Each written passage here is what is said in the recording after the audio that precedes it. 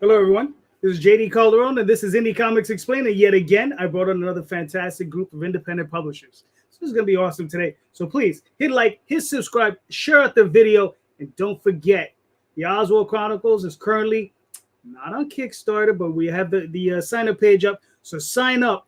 I'm shipping out books this week. They're all going out. So sign up because the next one's coming. Thank you. And without further ado, let's bring in this gentleman. What is up, Streamland? What's going on? My name is JD Rosario. I am Brooklyn's busiest bonehead. I've been publishing comic books for 15 years now, as of May 29th, that just passed.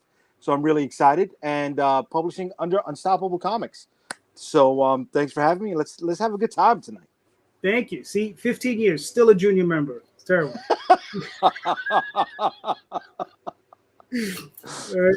And our co-host? I was going to say, if he's a junior member, what am I?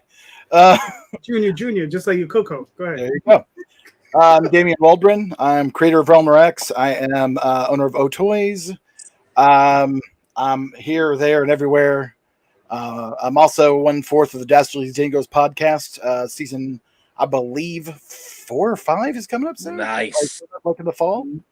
So come see me there, and I'm happy to be here. Let's get started. Nice. Okay, cool. Peace. Mr. Max. What's going on? My name is Max DeVill. I am one of the half owners of Atrocity Press. We put out books like Mary Machine Gun, Ninja Bimbos versus Zombies from Deep Space, Human Hunters, and Neo Tokyo. Nice. Hey, Charlie I McElvy feel with like I need to Science be facing Studios. restriction. Got Spider, Squirrel, and Trash Panda is probably what I'm most known for right now. So there's more coming, but yeah, that's me in a nutshell. All right, cool. What's up, yo? I'm Sam the Crazy Man Vera, founder and host of Cast the Craze podcast and creator of dutiesworld.com, all things aliens and toilets. Nice. Hey, my name is Jose Guizar, owner of Jolzar Collectibles and Jolzar Entertainment. I've been publishing for 2 years. I published Power Ninja Tunes last year, and we got Lunation going on right now. Nice.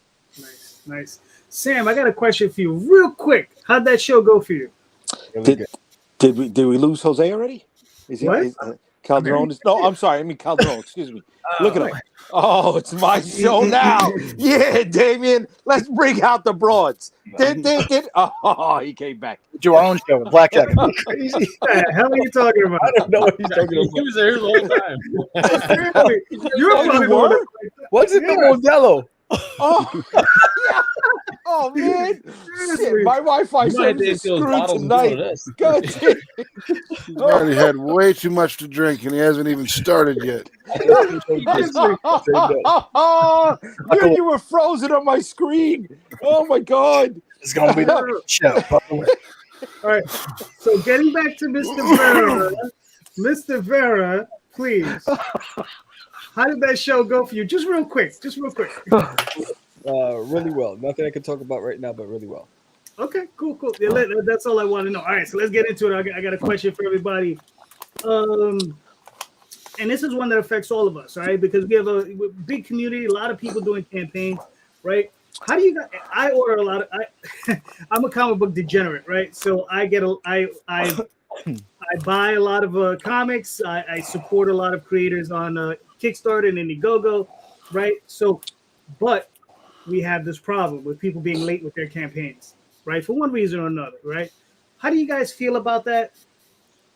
And how do you make sure your campaign is not going to be late, right? So let's start at the bottom, Mr. Jose Luis. How do you feel about that, sir? Well, doing this 2 times, Lunation is really my first Kickstarter. The first one was shut down, but I got it back going, and I did publish, sold it on my website. So this is my first time doing something, but I made sure I got the project at least 75 to 80% done and got my quotes for the printing going. That's really about it, but I gave myself time too after my Kickstarter. I think my Kickstarter ends this month on like the 15th, and I gave myself till July to make sure I get everything on time. So time and planning. Okay. All right. Now, how do you feel about other Kickstarters being late, though? I mean, do you Late? support other campaigns? Yeah, Late into the fact in fulfilling rewards. correct. I mean, since I just started doing that, I really am getting into the Kickstarter world. I really haven't had that much experience with that, but it sounds like it could be annoying if it's delayed, unless there's a really good reason to that. Rough. No? I Rough. got you. Rough. All right, Max, how do you feel about it, sir? Late Kickstarters make us all look bad. Yep. They make us, every single one of us, look bad. It doesn't matter why, how, or any reason behind it. If it's a fraudulent thing, if somebody screwed up, if someone else screwed up and it's not your fault, still doesn't matter. Late Kickstarters make us all look bad. The only way that you can really do that is to try to mitigate problems before they occur. Like, one of the things we do is we finish our books completely before we go to Kickstarter. Our books they're just straight done. They're ready to be printed. We use a printer that we've used numerous times that we've never had a problem with. Places like, I don't know if it's a sponsor of your show or anything, but Mix'em, they're a conglomerate. They basically shoot out different. They take in all the orders and then decide who gets to print what. Right. Like a print broker. Yeah, they're a print broker. Okay, Yeah. cool. That's what Mix'em is. So you can use them if you want, but your print broker, a lot of the people have been having problems with paper shortages lately. Our printer that I use, I'm not going to plug them, never had a problem with it. Not one problem with the paper shortage. And we've printed tons of books with these people. So really the best way to mitigate it is to have your book done and have a quality printer, and don't spend any money until it's done. It's not your money. It looks cool in your bank account because you've got $9,000, but it's just not your money yet. Until that last book goes out, don't spend any of that money on yourself. That's pretty much all I got to say about that, as Forrest Gump would say. Very cool. I mean, Mix'em, I use them primarily for my trades, not for my individual comics. Mm-hmm. But I like them. I like the quality they produce. And I've only ever had to wait, I think they had me waiting one time 3 weeks longer than they were supposed to. But even then, I got the books back, and they look great. So I mean, I'm not saying that they're a bad printing company. I've had lots of people that use them and love it. Yeah. It's just I've also had lots of people that say, "Hey, I was printing with Mix'em. They put my order out to some company, and I needed 2,000 books, and they couldn't meet the paper requirement, so I was waiting." Right. Yeah. That's the one thing with the larger orders. Yeah, you'll encounter that. Daniel Kevin says, I think if you keep everyone up to date, if there's a problem, at least don't keep everyone in the dark. There you go. That is important, being able to update your people, but updating it's one thing, and they will give you a lot of leeway here and there, but it always just comes down to they still feel kind of ripped off no matter what. Right. They're going to give you the benefit of the doubt, but they still feel ripped off. Yeah, I mean, it depends. See, you know what it is? I've dealt with a lot of printers. Well, I'm talking about just Kickstarters, late Kickstarters. Oh, yeah. Yeah, of course. I mean, but you just got to keep in touch with people. Yeah. All right.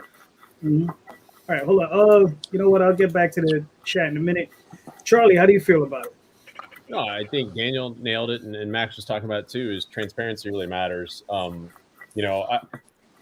I get it. It's just going to happen, and it is, and especially right now with supply chain issues. I work in IT. I mean, I can tell you, my company is a software company, and yet we're getting our stock busted just because of hardware isn't shipping. We don't even make hardware. So I mean, right? So the point is it's a global issue. We all have to recognize that as backers. I'm a super backer, right? I was talking about it earlier today. I was like, holy shit, I backed 450 campaigns. I'm a little psychotic. I'm a little addicted. So I've got 10% of that. Yeah. No, I need an God intravenous bless you, line to kid. Kickstarter, Holy man. Shit. But I look. I don't say that as a brag. I say that as I'm aware keenly that shit happens, and I've backed Kickstarter campaigns that have fallen through and nothing came of it. And I know it's going to happen. The most important thing you can do for me is just keep me up to date as a backer. Right? Tell me you're running into issues, and tell me what you're doing about it. I think the quote over here. Who said it? Mark. Mark was saying it may not be your fault, but it is your problem. Yeah. He's absolutely right. Like we all of us who are creators have to own this, and that means hell yeah. Don't make excuses. Facts are facts. And what are you doing about it? Like I think the most important thing as a backer you could do is let me know that you have a plan, right? Mm-hmm. I have my primary. And it's the same as Niobe's. I use Comics Wellspring. That's my primary. Those guys are fantastic. However, I use it too. See, I hate telling people sometimes because I'm like, everybody's gonna start using them. They need to start cutting checks anyway. At least to you guys. Leave it to me. No. Listen, I'm with them too. I use them a lot as well. They got great customer service. I just wish they did offset printing. Yeah. Right. And that's one thing is you have to do all digital. So, and Comic Impressions is a backup. Daniel just posted them down there. They're a backup of mine. I've got 2 other backups just in case, and Mixum's in the mix. No pun intended. So I think Charlie, creators have you're a super backer, right? What's that? You're a super backer, so you would be a perfect person to ask this question to. How often have you been let down by Kickstarters, not fulfilled? Yeah, good late question. fulfillments.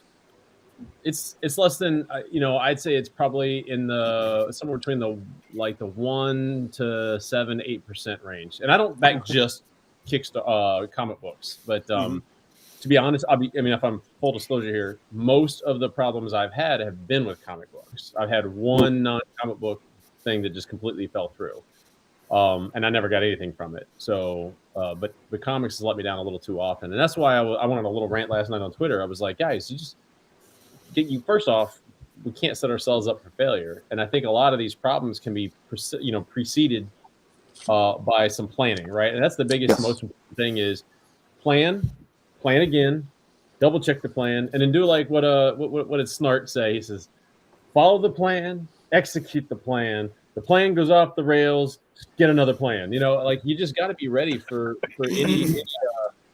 I made the assistant manager, the assistant to the regional manager laugh.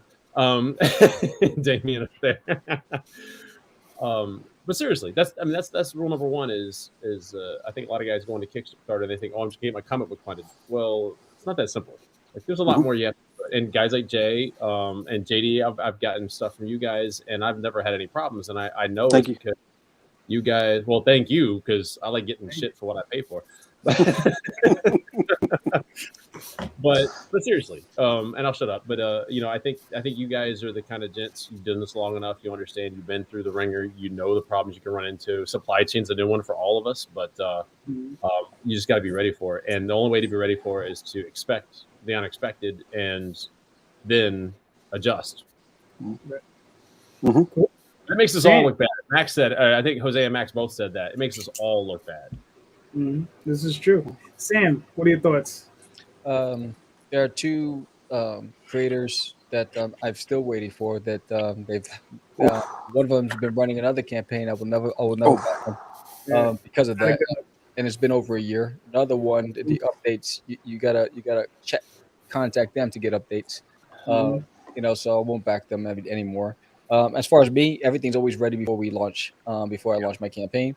And I always try to be earlier, get it to you before. If I said it's going to be this month, I try to get it to you before that month. So as soon as the campaign's over, I'm starting to pack. I'm starting to get everything ready. Then when that money clears, everything's out the door. That's the way. And I send an updates as soon as it's out the door. It's like it's out, it's gone. And then once I ship it, that's when I launch the landing page for the next campaign. So I make sure it's out of my hands, into your hands, and then afterwards, then I start promoting the next one, but not until then. Gotcha. Mr. Damion, how do you feel about it? What's so funny? You know why. You know why. I know, but the screws must be turned. Go ahead. So, super fast version. I double checked, triple checked, had a Kickstarter that funded, and my writer flaked and turned into a psychopath. And to turn everyone that contact people individually to be like, ask for your money back, ask for your money back. Still don't know why. Gave everybody a refund. Everybody that wanted a refund got a refund. I made sure everybody got their money back that wanted it. Because it's not my money. Like Max said, absolutely, it's not your money. Period. Story. You know, until those books are in people's hands, none of that money is yours. Like until everything's done. And then life kicked me in the balls for about 3 or 4 times over the course of the next year and a half. No joke. Fire, pestilence. No joke. So that I wasn't able to fulfill a book for my Kickstarter until 2020. Because COVID let me have time to make the book and get it out on top of working the day job. So yes to everything everyone said, and I felt completely responsible. And I still apologize for that because it makes other people that, you know, Brian Rodman's a friend of mine. We've had long conversations about it, and for me to even, I'm going to at some point use it again. He's helping me figure out what I'm going to do because he has on it. You're right there. Someone's cat purring into the microphone. What was that? Sorry, that was dinner. I'm sorry. I'm sorry. I got the other mic plugged into my ass. I apologize. Quick, man. We told you not to do that. Yo, listen, since the start of the show, the Modelo's fucking me up, guys. Is there anything? Point is, even if you make a mistake and trust the wrong people or whatever, money's not yours. Get it done no matter what. Get something in somebody's hands. Make sure everyone individually is still okay with you having their money and you want your stuff. Once you do that, produce something and give it to them. Something that they want. You know, that's your job. That's what they paid you for, even if it's $5 or $200. It doesn't matter. Because it's your reputation and anyone else they contribute to in the future's reputation on the line when you make those mistakes. Mm-hmm. And it's 100%. Gotcha. Mr. Rosario, what do you got? You know, I'm going with the panel here. Everybody's hitting it right on the nose. You know, plan, transparency, plan for as much that you can plan for, atone for whatever mistakes pop up, delays that are out of your hands. Yes, it is your problem, no matter what. But the beginning of your question is how annoyed do you get at other people's? I want to add, I think it depends on how many campaigns that person has fulfilled. Right, if this is their first or second, my tolerance level will be a lot higher than it would be for somebody who is, you know, on their 16th, 17th. Not saying that you should have it down packed because, like Charlie brought up, you know, supply chain issues are a problem everybody's dealing with for the first time right now. Hopefully that doesn't stick in anybody's ass with their current campaign. You know, fingers crossed. But you know, the annoyance level it's on a sliding scale depending on how many campaigns you've put together. All right. You fulfilled 30 campaigns and you're 30 fucking months late. Yeah. Clap in the back of the head. Yes. Hell yes. Well, like Charlie, I'm a super back. I think I've backed about 260, 270 campaigns. Damn. And I think out of that bunch, though, probably only about 4 have never fulfilled, and I expect never will ever fulfill. But I have had campaigns that have kept me waiting 3 or 4 years. I think one was 5 years, but they did eventually send me the book. So I'm like, okay. And there's one on Indiegogo though, and that one I backed 12 years ago. Whoa. Holy shit. And I just got a notification from the creator I think 2 days ago saying that they would refund. They're going to be kind enough to refund my money after 12 years. Good for them. Yeah, I'm like, I wanted to write back. Is that with interest? Yeah, I was saying, you get interest in does inflation less now than it was. I was going to say, does inflation get? Does inflation Can I, now that everybody's answered, can I add to this? And even though you're saying 4%, Charlie, you had about 8%.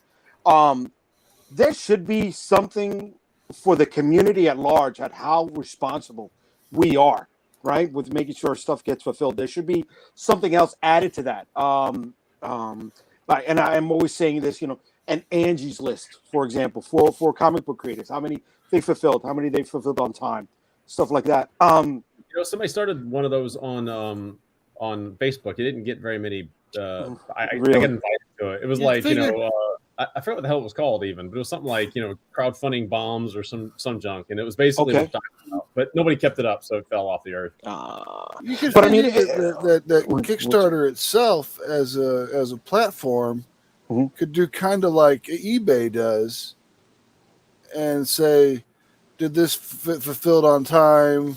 Okay. Did you get your shit good? Yeah, that would be nice. That would be nice. Over that. And I do like that they have the whole after the campaign's over, how do you feel about this campaign so far, and blah blah blah. But I don't know, where does that data go? Who's tracking those metrics? And to Max's point over here, I'd love to see some kind of grading system. And I know what'll happen. Somebody will come out, will create a new name, and all those other shenanigans, and people get Gmails, and they just keep hiding. But that's that's a fraction of a percent of the people, right?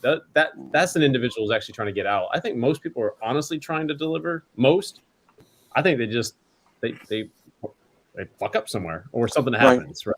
Yeah. Well, did you guys ever hear the horror story with the coolest cooler that was on Kickstarter? Yeah. So went to litigation. I think it was in Oregon or Washington State, where all of this stuff was going to court.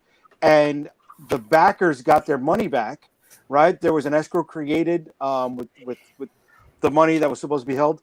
I think only 5% of the backers got their money back.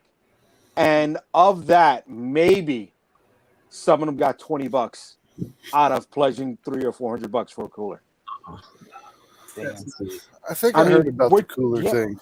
We're towing the line here. You know what I mean? And it hurts that we're still looking. It stings that we're still looked at as a secondary form of art or whatever the case. I mean, you guys are talking about being super backers. Well, goddamn, wouldn't comic shops love to have you guys purchasing from them on a regular basis? How do they get a hold of you? How do they turn those super backers into regular consumers for the products that are getting fulfilled on Kickstarter? When I walk in the door, they automatically offer me 30 to 50% off the cover price. I'm there. That's not the case. I'm not buying. I mean, I'll buy once in a blue moon, but I buy from a company called DCBS, which is Lunar Distribution. Right. Everything on their website, when you pre-order, is 30 to 50% off. So, wow. Yeah. So that's why I order. And I should probably send them a bill for that plug. But anyway, so Daniel writes, I know of one person who just doesn't back because one, they ship late, if at all, and two, they fought the Kickstarter rules to run multiple Kickstarters. Which is crazy. Yeah, that's an integrity thing for me. And look, I will put up with a lot of shit. I mean, I do, and I'm very patient. And I'll back stuff I don't even like. I was just talking today. I'll back a horror. I don't read horror comics at all. It's not my thing, and that's fine. And some people love horror. I don't get into TNA stuff either. Again, some people love it. I will back some of these campaigns at $1 at a digital level at something, right? Just to promote that. Yeah, see Max too, right? Just to promote this, But I just like to help people out. But man, I tell you what, you can be late, you can have issues. Just be open and honest, because integrity. I say it all the time. You can only lose your integrity once. It takes a long time to build that shit. I'm late, and I got issues. What's up, Larry? What are your issues? You heard the last it's not a party unless if I come and crash it, So. That's what it's here for. So Larry, what do you think about people who are late on their campaigns and fulfilling, and how do you avoid that? Well, I mean, we've never been late. I've done this game for 8 years and we've never been late. And I'm way up here in nowhere, Canada. I pay through the nose through everything. The thing is you got to allow yourself some time to anticipate life's problems, right? If I think that my book is going to be done in June, I'm going to tell them August or September, right? It's like Scotty. You never tell them how long it really takes. Yep. How do they expect you to be a miracle worker if you tell them how long it really takes, right? So, you know, because there's always going to be something, right? Whether it's a printer short on paper, whether your artist is dragging his feet, you know, what customs is giving me grief, you know, whatever it is, there's going to be a problem somewhere, and you just got to allow the time for that. I mean, it all comes down to the reasons why you're late, right? If you're late because you're in the hospital, you're deadly sick, you know, act of God, there's not much you can really do about that other than let the people know. But if you're just late because you're dragging your feet and you're lazy, yeah, that's a problem, because we got a lot of books in the crowdfunding scene that are a year late, 2 years late, some books that never come out at all, some people that take the money and run, and it does make us look all bad. Imagine if you were a comic book buyer, you jump on your very first Kickstarter, you saw a book that looked exciting, it caught your eye, right? You go ahead and you ante up the premium cost for this book, because they are premium costs. You're not buying these books for $4.99 off the shelf. Quite often it's $10, $15, $20, $25 plus shipping. You know, for me to jump in a Lady Death book on the ground level, I'm in for $50, right? Now imagine if that book doesn't come to me for a year or 2 years. What's the likelihood that I'm ever going to back another crowdfunding campaign again because I got burned on the first one? And that's how it hurts us all. Yeah, so it makes us all look bad. Oh yeah, Max. No, so it makes us all look bad. And Larry's 100% right. I mean, first impressions are key, and someone gets screwed on their first outing. That's no good. It's gonna make it harder for the rest of us. So, Mr. Rosario, you're up. What's your question, sir? All right, we're all running campaigns here at one point or another. I assume we all sweat while these campaigns are going on. So if you're sweating during your campaign, what makes you sweat more than anything else? What element during the campaign makes you go, holy fucking shit, I can't believe this is happening right now? Max, you're up. Dropped backers. Okay. You know, because you'll be like, one day you're sitting there and you're like, man, I gained 6 backers today. That's fantastic. And then, like, you go out to dinner and you come back home and you're like, whoa, I'm 2 backers shorter than I had at the very beginning of the day. I lost like 9 backers today. What did I say on the internet that pissed people off? All right. Charlie, what do you sweat me out? Oh, I'm sorry, Max. No, that'll sweat me out. Yeah, no, that's a valid one, Max. I don't know if I can think of one now that Max done said that, but you know, I really don't stress too much. I think here's what I do, like, because I've had a failed campaign, and I think all of us have had at least one. And you kind of need that, I think, to get better at it. But even the ones that are successful, you know, you gotta take your lessons. I think I've gotten to that point now where it's like I don't really stress too much about it. If it doesn't fund, fine. I need to debrief after the emotional breakdown and vomiting and all the other shit that comes with. I wasted 45 days of my life building the damn campaign, promoting it, and then running it. But you know, I say, okay, is it really a waste if I go back and look at the lessons? And I think that's the approach I take. Is I just don't sweat it, because I really don't.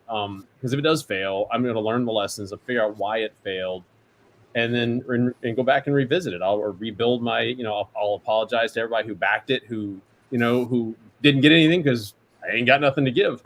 And then ask them to jump back into the next one, and then I'll start announcing as soon as possible when I'm going to relaunch and things like that. So I guess I don't really stress over it too much.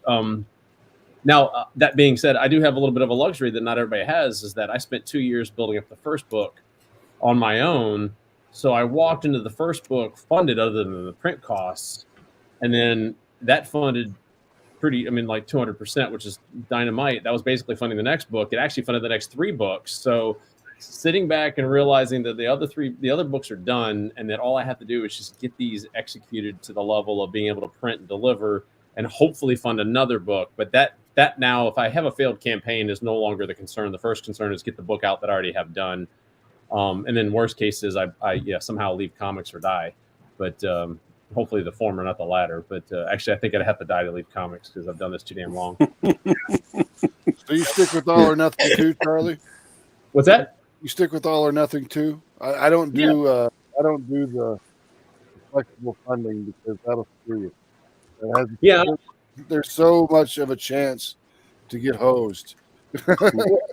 Yeah, I've gotten burned too much on the I don't want to call out the platform, but I mean there was another platform where I've backed stuff and it's not all or nothing, and I didn't get anything, and I gave up on that platform. So I didn't even count that in my numbers when I was talking earlier, because I just, as a principle, I have friends that I might support them if I know them very well.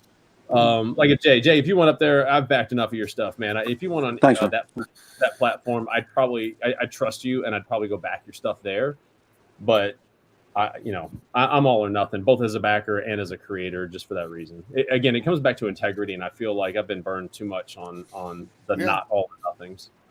That's just how I do it too, all or nothing. Yeah. If it's either going to get funded or it's not, because there's a certain amount of money I need in order to print the books, and if I don't make that much money, then I don't know what I'm going to do. yeah, shit will get off the pot. Right. The other platform I like as a second time. I was going to say done. That it's I good. will do too. Right. This is like like if you miss it the first time, you can get it the second, and this is my second time. You know what I mean? So that's how I like it, and it's worked. I don't raise a lot of money on that platform. It's Indiegogo. I mean, it is what it is. I mean, I thought you were talking about Zestworld. Oh, I'm sorry, I didn't know you. Oh yeah, Soup. What was it? Soup. Yeah, Max. Nice.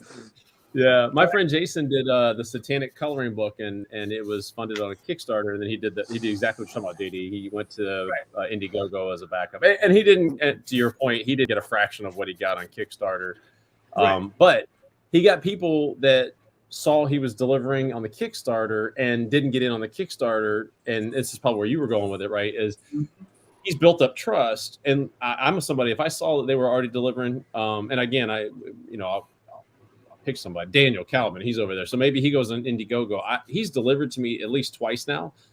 I trust he's going to deliver again. So if he went to Indiegogo, I might back a campaign over there for him if he's not going to do it on Kickstarter.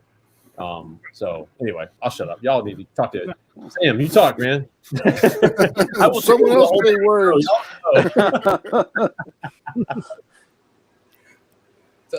So what makes you sweat, Mr. Vera? When I hit those periods where nothing's happening. 3, 4, 5 days. You're like, what the hell? And you start panicking. Yeah, so you're trying to, you don't want to inundate people, with your emails and all that stuff. Is like, oh, what the hell am I doing? And so then I have to start doing live draws and all this other stuff, and just try to keep the momentum, regain the momentum that I lost. It's that mid-campaign desert. Yeah. Oh yeah. That's the worst. Oh yeah. I'm there now. Yeah. I concur. 16 days to go.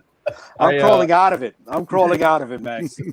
Shit. Max, I ran this campaign only 3 weeks this time instead of a full month, and I'll tell you, the first 65. Well, we funded 65 hours. The first 48 hours was like, wow. I was like, hell yeah.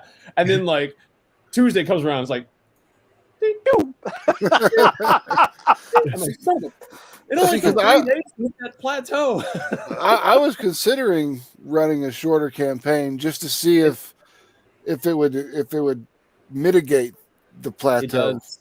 Yeah, it does a little bit. I found that that there's not really much of a plateau. It's a lot more. It's staccato. It's very it's like bump bump bump bump bump, as opposed to just that beep flat line. Well, Max, I think at one point or another we got to try always. You know what I mean? Whether it's 3 weeks, 2 weeks. I mean, it's just discovering what works for us, and if we don't figure that out, then what the fuck are we doing? Zach, Jose, how's it working out for you?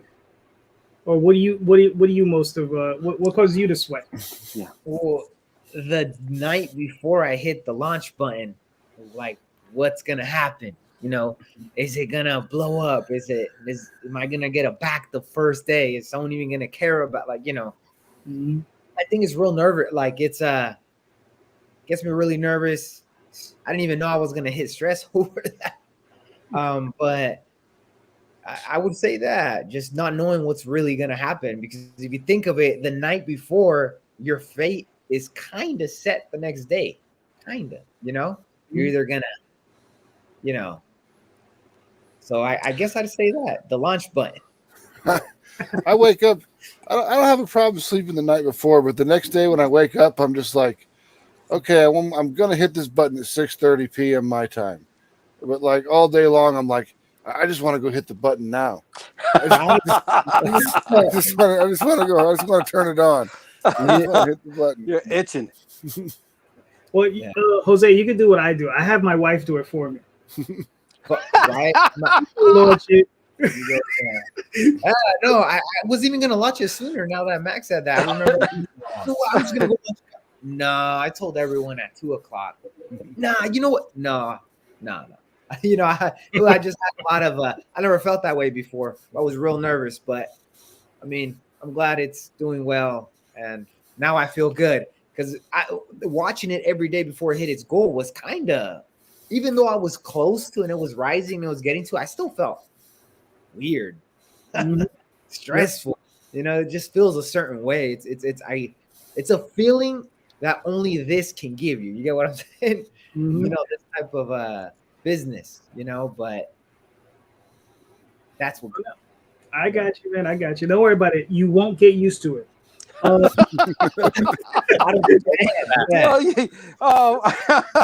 You're so innocent, Jose. You're so innocent. I love it. Larry, what about you, brother? This is gonna sound maybe egotistical, but nothing anymore. Mm-hmm. And I'll tell you why. Because I went through all the problems and the rounds and the worry and the heartache, and I built it for 8 years to the point where Niobe's just a well-running sort of machine right now. It's a beast. Like every time we come out of the gate, we do better. So I don't worry about making the money, because I know what's coming. I don't worry about drop backers, because I know that's going to happen, and we get them back. I just worry about, can we top what we did last time? Like I want to see continuous growth, right? So like, let's say we did. I was going to say, I want to call bullshit on you, because I know what makes you sweat. And what makes you sweat is when you don't make as much money as you did the first day the next time. Yeah, but that'd be bragging, right? It's like, if I don't make 10 grand on my opening night, I'm sweating. And to some people, shit, I'm sweating. and to some people, that's, you know what I mean? They would love to have that, right? That's why I would love it. That's why I didn't really want to come out and say it like that. But since Max is going to put me on the spot, of course I am. Right? Well, Larry, you're being honest, dude. It's not bragging. At least I don't see it like you're bragging. I want, when we did Origins and Max was there, on launch night, and he saw me sweat because I didn't get that 10 grand in that first night, which I really thought was going to happen. We end up doing 24,000 Canadian, which was like 20 grand American, which was the best that we had ever done. So what will make me sweat now is if we don't beat 20 grand on the Outbreak launch. That's what's going to make me sweat, because then it's going to be like, oh, did we lose momentum? You know what I mean? I don't think you will. I think you'll be good, because you got with AP putting you in shops now, people seeing Niobe. It's kind of like, Coca-Cola doesn't need to advertise, but they still do, just so people see that logo. Mm-hmm. Well, I mean, we still need to advertise. Don't get me wrong, but we're at a position now where like it's a machine. It's moving. It's good. Life for Niobe's good.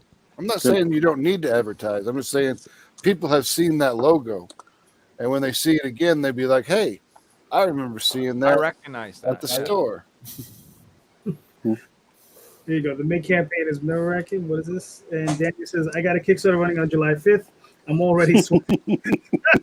Don't worry about it, Daniel. We'll bring you on the show, and you can tell us all about it. Nice. All right, Mr. Damion, I see you lost the cat. I like the cat. So you're up, sir. What's your The Unholy Valley, the lull. I don't. I try, and I'm just like, come on. Who haven't I talked to? Okay, should I text people? No, that's dumb. Don't do that. Okay, you're just gonna talk yourself up and then talk yourself down. You know, like you talk yourself up, and I'm like, I'm just gonna text everybody I know personally and give them each of them. No, wait, stop. Think again. Think of long term. Don't piss people off, and just keep it at a medium pace rather than trying to go too fast or too slow or freeze up and do nothing. So that's why I call it the Unholy Valley. It's the low. It's all of it. Gotcha. For myself, you know what it is? It's my schedule. Like I do this show I try to almost every week. Like next week we won't be here. I'm on business. I will be somewhere in the world doing business. But it's scheduling shows, going on other people's campaign. Because I think this and ad swap or update swapping, I think, are the best ways to really push yourselves forward or push ourselves along with our mailing list. But scheduling is just tough for me because I hate getting up early in the morning because it's not that I'm lazy. It's just that I either have to go to work. So it's what the fuck? Excuse me. I'm sorry. The way Max called out Larry, I'm gonna call you out. It's not that you like this motherfucker wakes up for 1 o'clock every day. For work. 1 in the afternoon, he's like, "Oh, I'm making breakfast, motherfucker. I'm getting dinner ready." You know what I'm saying? At 1 o'clock, he's making breakfast. What a motherfucker! I go to bed at 3 in the morning. I go to bed at 3 in the morning, sir. I know you wake up at 4:30. I know your bed is your snappy time is in 10 minutes. Fuck yeah! I may go to sleep on the show. Why do you think he's drinking Modelo? When we hit that bed, we gotta go quick, bro. We gotta go quick, Damn, I feel sorry if you went. But anyway, so do I. Yeah, it's like a race. I was like, I thought we were racing. I win. So Jay, what's your answer for your own question? Fucking people, followers of the project, and not being able to convert them. I got over 312 people following the project, and it's like I think I got maybe less than 90 backers. I'm like, oh, what am I doing to not convert you, right? At the launch of the project, it was like maybe 60-something people. God damn it, our launch day we only had 12 backers. I'm like, what are you doing? Yeah. What are you sitting there for? What am I doing, right? So after the neuroses flushes out of my system, I start to look at my project again, and I'm like, is there something wrong with the layout? Is there's something wrong with the way I position the tiers, right? Are there meaty stuff because it goes down by price point? Or is the real meat so far down the rung, right? That they're not seeing it, and maybe they're not biting on it. So it just makes me reevaluate everything that's going on, and sometimes you start to trip over your own feet. But it all starts with, why am I not converting those backers? You bring up a great point. Does anybody know? There's no Kickstarter avenue for us to like ping those people that are still sitting there? Is there? I mean, like today. No. Well, like people that are following follow your campaign. Yeah. When you do an update, they get that update. Okay. As long as you make the update go out to everybody and not just the public. Right. I always do unless there's something private. Yeah, absolutely. Because I want people to see it, and also helps with the SEO. Mm-hmm. Gotcha. That's interesting. All right. Huh. Mr. Damion, what's your question, sir? I've been thinking about it. What being on here, I have to have something. I would hope you were prepared before you came on. But thank you. Dream projects.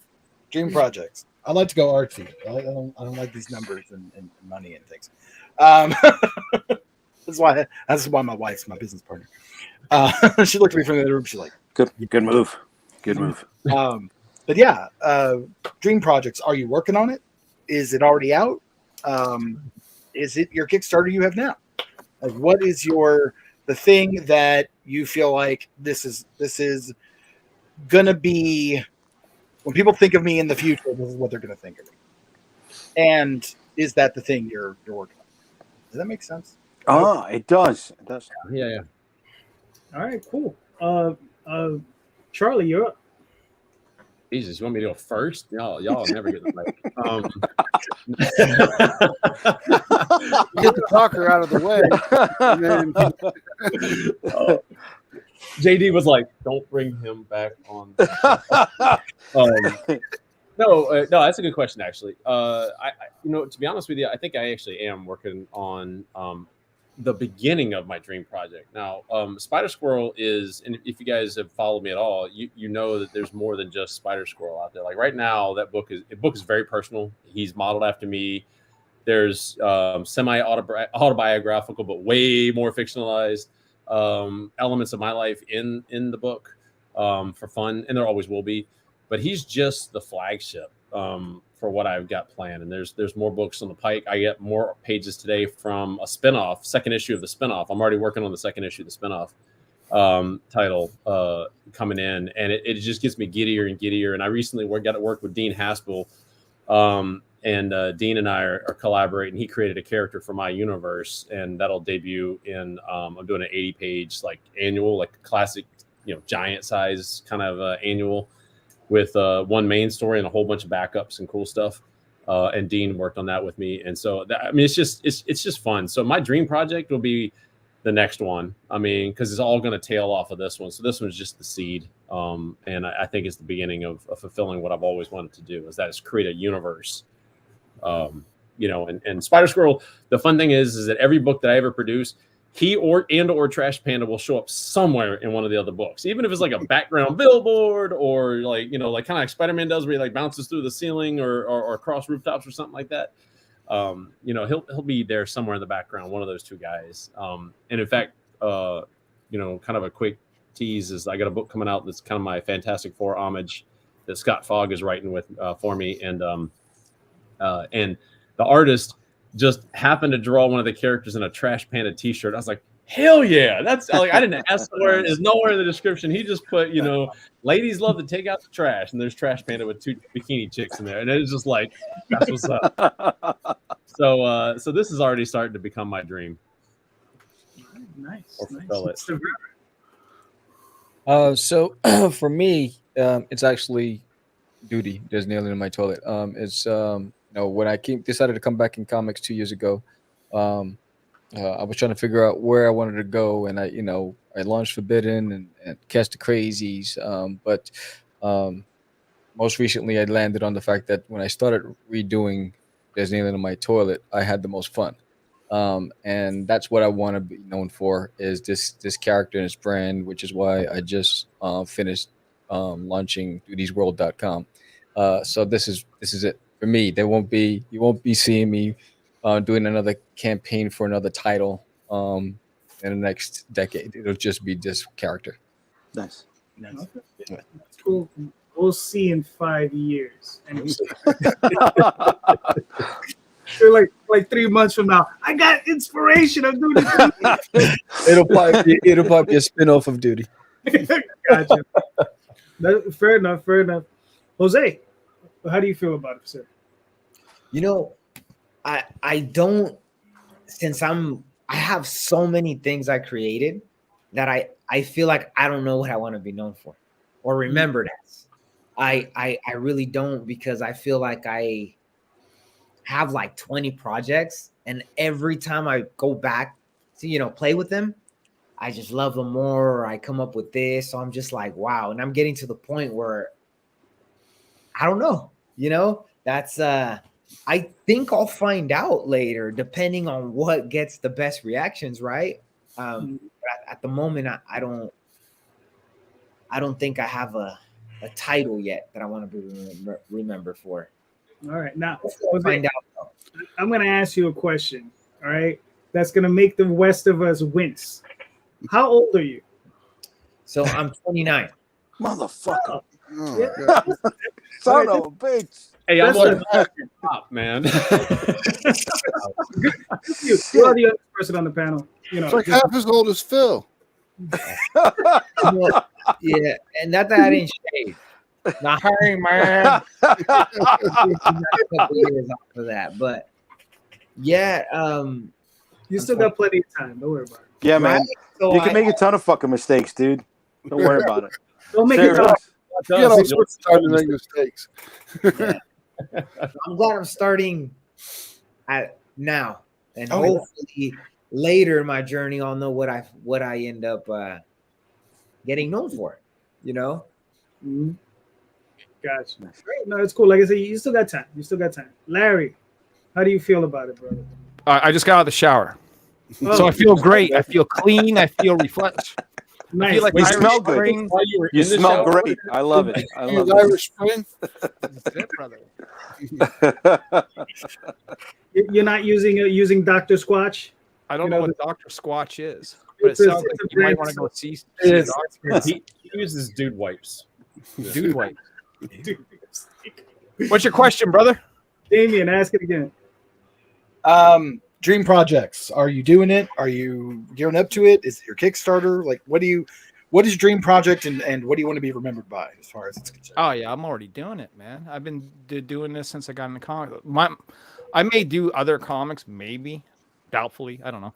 But Niobe's it. Niobe's the dream project. It's my Lady Death to Brian Pulido. That's the answer. Nice. And we're doing it. You know, I mean, I got right here. Actually, I was reaching down the ground, so I'm going to bag and board these while we talk.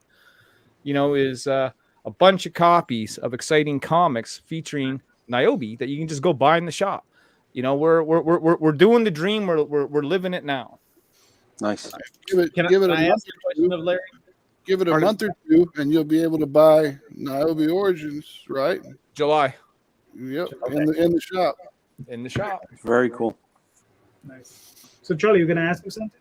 I was just like, well, of course I had to like go stalk everybody, and I was like, hey, damn it, I missed Niobe ended before I got the trade, so now I want to buy it. So I'll have extras when they come in. We put the order in last week. We got digital proofs a few days ago, so they should be in the mail. So soon, and then when we get them, of course, I'll take a bunch of pictures and show them off, and everyone will know I'll have them, and then they could just whoever needs one can hit me up, and we'll sell off the extras. The UPS man will be standing at the door saying, "Pay up." Pay up. That's Canadian Customs that does that. yeah. Are you in Manitoba? No, I'm in New Brunswick, right above New Brunswick. the state of Maine. Okay. You had a little bit of that Manitoban kind of I couldn't figure it out though, so I was just. Why are you Canadian, brother? No, but I've got plenty of buddies in Manitoba actually, and a couple of collaborators and so forth. So. Roger that. Yeah. All right, hold on. Let me just put up some of these real quick. Hey, Yazzie. Guys. DeAndre says, "What's up? What's up, DeAndre?" Hey, DeAndre. Danny says, "The venom in that." Okay. You can read that. And then Carlos says, "Exciting Comics is a great gateway access to Diamond, and Ben Dunn is looking to expand the superhero line." Nice. Yeah, absolutely, he is. And look, I'll just take a minute to talk about that for a second. There is life outside of comics, like other than crowdfunding. But crowdfunding is where you're going to make your most direct money, right? Because even when you're with a publisher, like Antarctic Press, who's been in the game for 35 years, you're not going to get rich, right? I had royalty payments for $100. You know what I mean? It barely covers a page of Niobe. However, it is brand recognition. You are getting on the shelf, and like right here in this book is the big ad to submit to one of the anthology lines for Exciting Comics, Planet Comics, what have you. If you want to, get your foot in the door, many of the greats, or people would consider to be the greats, have all gotten their starts from small press companies like Caliber Comics, Antarctic, or Action Lab, whatever it may be, to get their foot into the door and start climbing, the quote unquote industry ranks, if you will. Yeah. I mean, the one thing I'm interested in with that sort of system is the conversion over to Kickstarter. Can you grab some of those fans from the direct market to come over to Kickstarter, not necessarily to buy your book, but to get all the extra stuff? Because some of them might want T-shirts, they might want pins, they might want all that other stuff. So Like, that's Yeah, we're gonna find out. Good. We're working on that. We've got the guys in the lab. yep. Correct. Max, that's I'm gonna Max, comment on that because I can't help but comment on every damn thing. But Larry, you bring up a good point. So that's everybody who's watching who is thinking about doing a Kickstarter campaign, especially if it's superhero based. This is the one thing somebody asked me: why do you even want to get with a publisher? Because it's not about money, and it isn't about. It's about reach. It's all about reach, right? Well, And- reach is going to translate into money, though, right? Right. This We is all the want to bottom make line, money. right? I mean, if But- let's say you're a comic book collector, but you never done Kickstarter. You don't understand it. You don't have a credit card.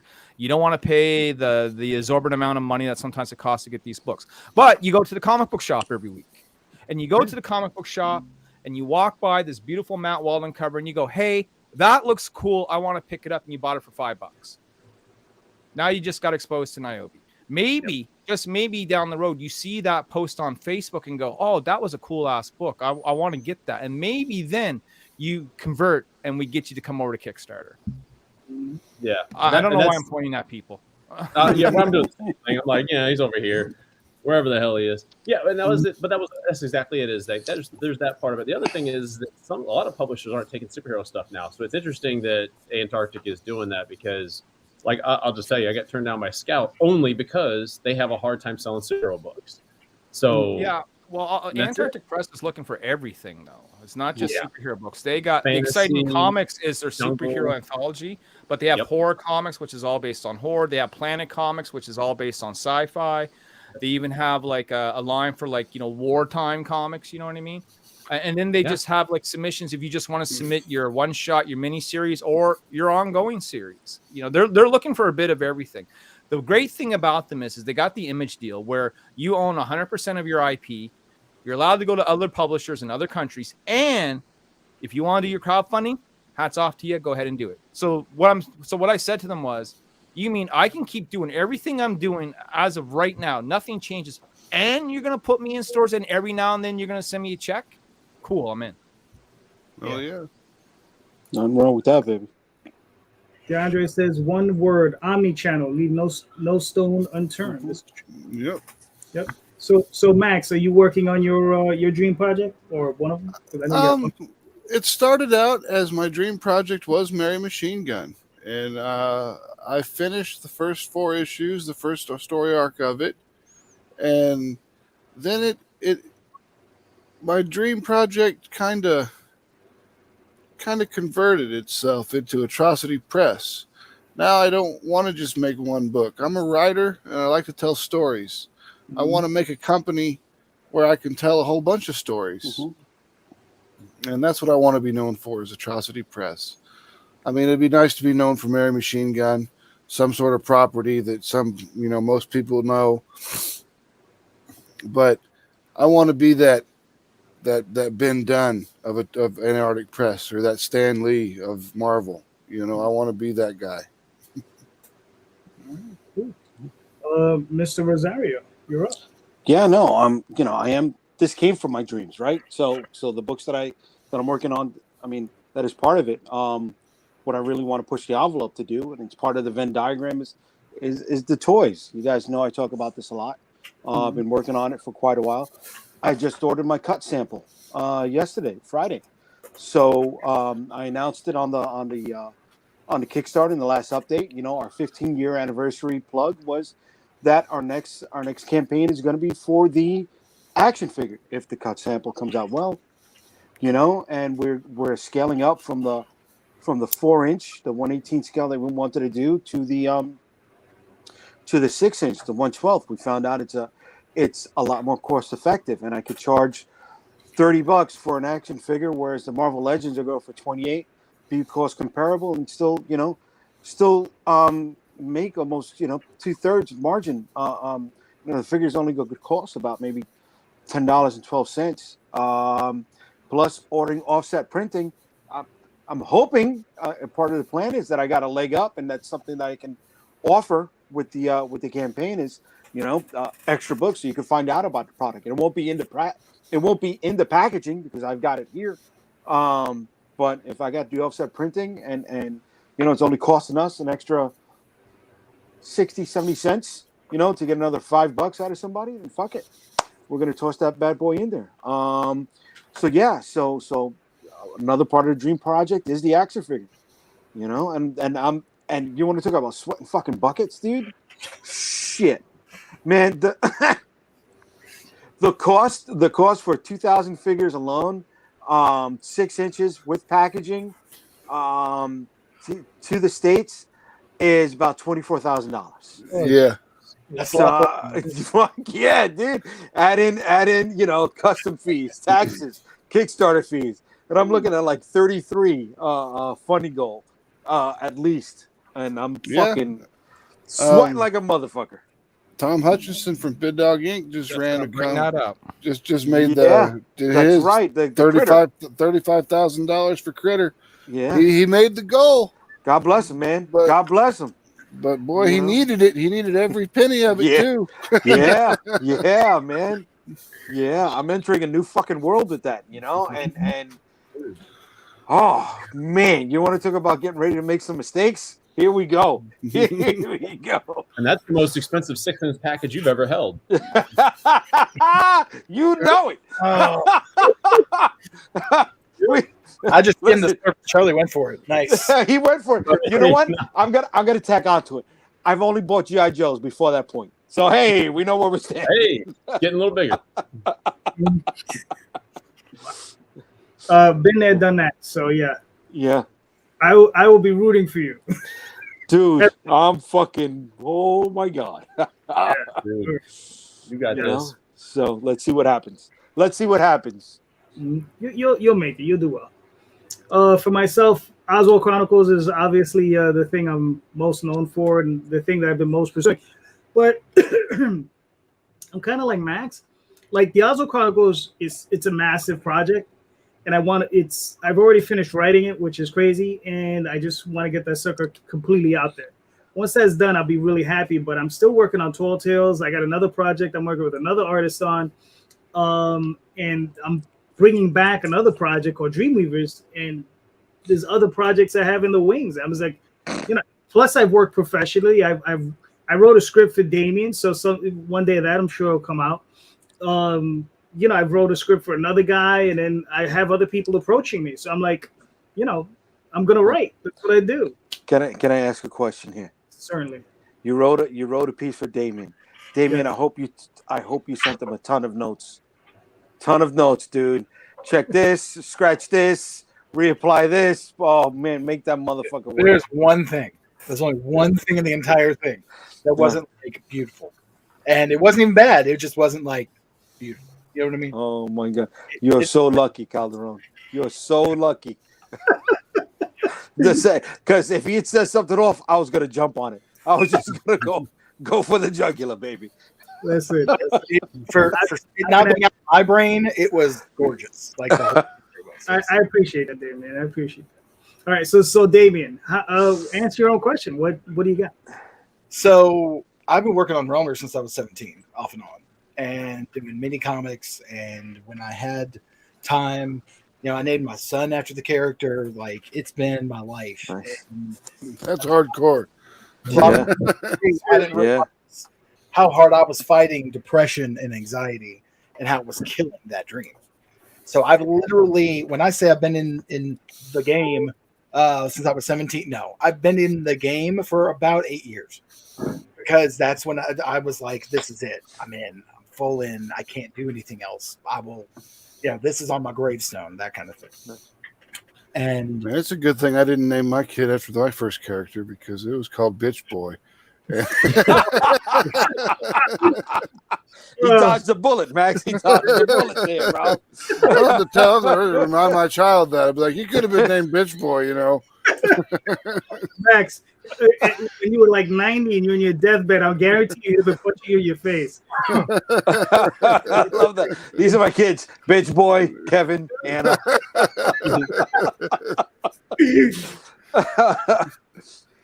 but I've lit the fires. It's going. Nice. They're happening, and there's gonna be a lot of Realmer X coming out in the next like year and a half. Very nice. So, and going forward. All right, cool. Nice. All right, let me. Everybody that? Yeah, you are too. All right, cool. Mr. Vera. So, yeah. So, Mr. Vera, what do we got here? We got Talk part time. 2. There's Alien in My Toilet.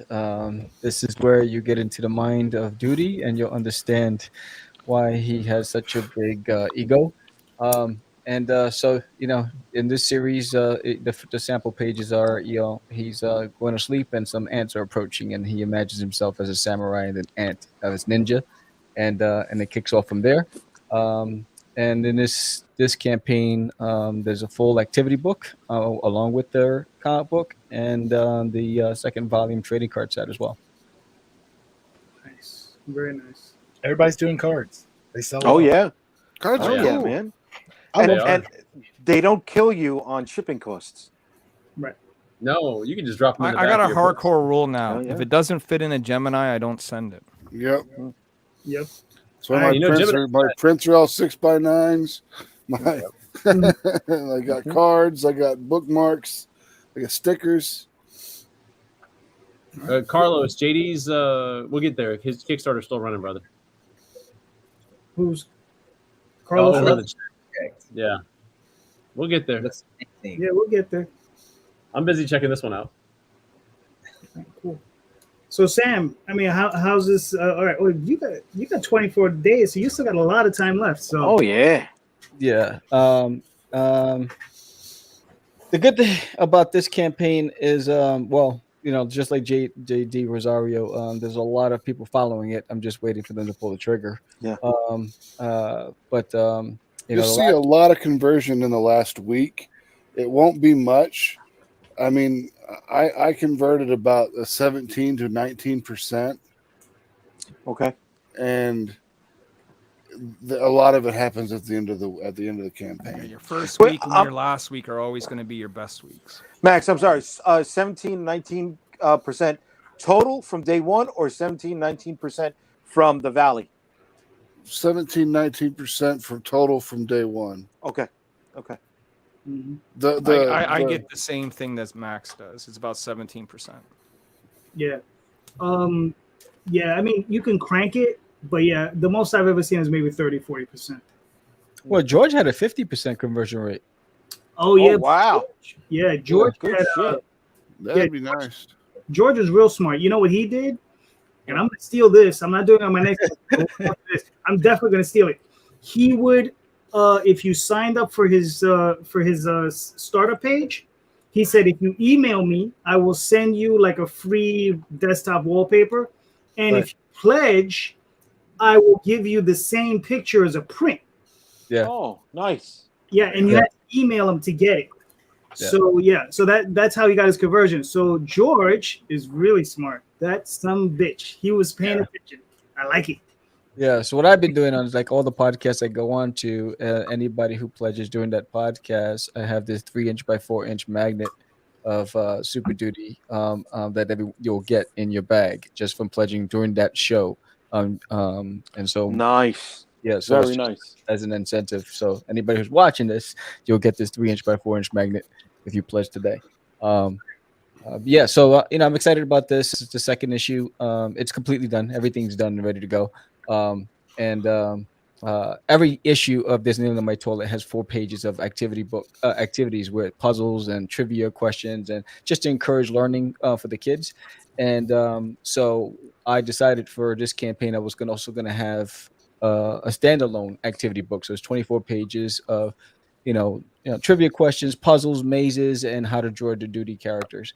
And then I also have the second volume trading card set for this one, the new template for the cards going forward. There's got to be a word search, right? Come on, you got to search for Duty, toilet. There's word scramble. Yeah, so backsplash. Yeah, and that's why I decided I just finished completing dutiesworld.com, which is going to be a one-stop for everything for the character in the series. Nice. Is there any reason why you didn't do a video? I'm just I curious. moved the video out because it wasn't getting the play, and and so I moved it to the body of the. It's right below. All right, cool. Do you want me to play it? Sure. All right, hold on. Is this it right here? Yes. We'll play it real quick. Maybe. All right. Maybe we'll play. Gonna hit play. All right. That's not working. I don't know why. Oh, okay. Well, Oh, hold there on. it is. It's play. I think it's your bandwidth. Oh. Follow the plan. No. Pull out your phone and we'll just screenshot you.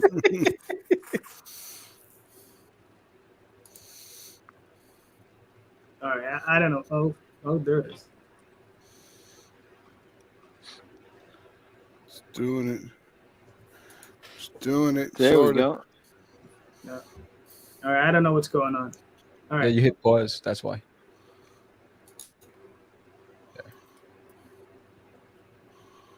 Okay. Maybe next time. Yeah. Calderon needs a producer for the Oh, there show it to is. have that queued up. Look, There we go. look at that. See the volume?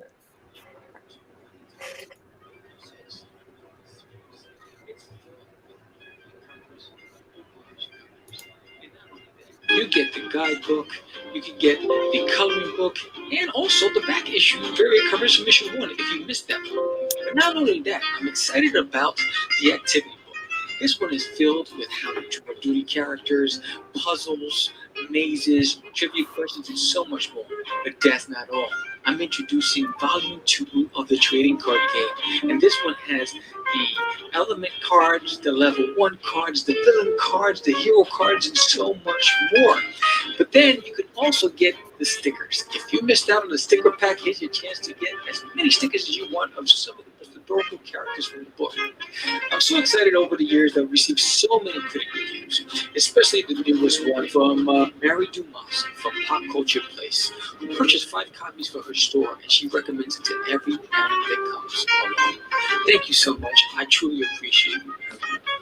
So, I hope that you all come back and support Disney Illinois Tour issue number 2. And for all you physical backers that backed us on issue 1, and you're coming back for issue 2, I have a special gift for you.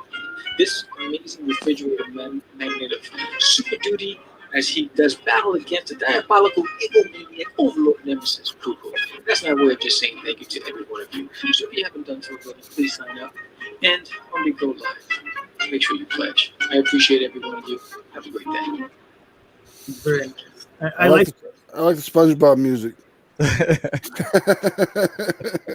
I like the Mr. Rogers voice.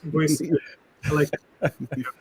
All right, cool. So I have the link in the show notes. So if anybody's interested, if you got kids, it's another book for kids.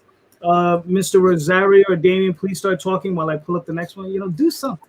Come on. Oh, excuse me. Do your job. Excuse me. You got cards? Let's pull out some cards. Who wants to play? Play some spades. Some dominoes. Play spades. No, we'll play spades. See, we got clubs, hearts, diamonds. Anybody hear that? Did you hear that crash? What crash? I have a table next to my setup, and it just hit the floor. Oh no! I hope it wasn't your 3D printer in there. No. It was just like. Oh, what Great. the fuck? Wow. Yeah. Wow. No bueno. Shit. That wasn't my ass this time. I did. I distracted him. All right, moving on. All right, Charlie. You're up, sir. Well, here we are. This is the third issue, so I'm super stoked about this one. I think this is I've been stoked about all of them, so I guess I'll keep saying that every time I do a damn show. But no, this is great. I'm actually really pumped up. This is closing out our first volume. So Spider Squirrel was planned to be a 3-issue miniseries. So here's issue 3.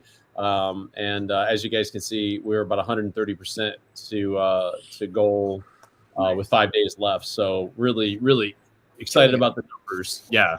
I actually want to know what makes me sweat, trying to figure out what my next stretch goal is going to be now, because I didn't hit all of them. I'm like, God damn. No, I actually have one more still in the wings. So 2 more, actually. So at 8,500 and at 275 backers, we have 2 more planned. But yeah, this is the final issue for this first volume. Like I said, it's going to actually spin off a few series because there's a lot of characters that show up here from my universe now.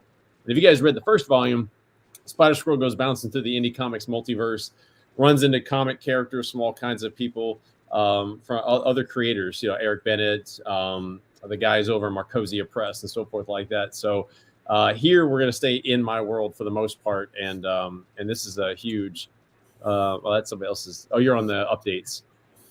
The campaign. They're terrible. Sorry, I'm a terrible host. You're good, brother.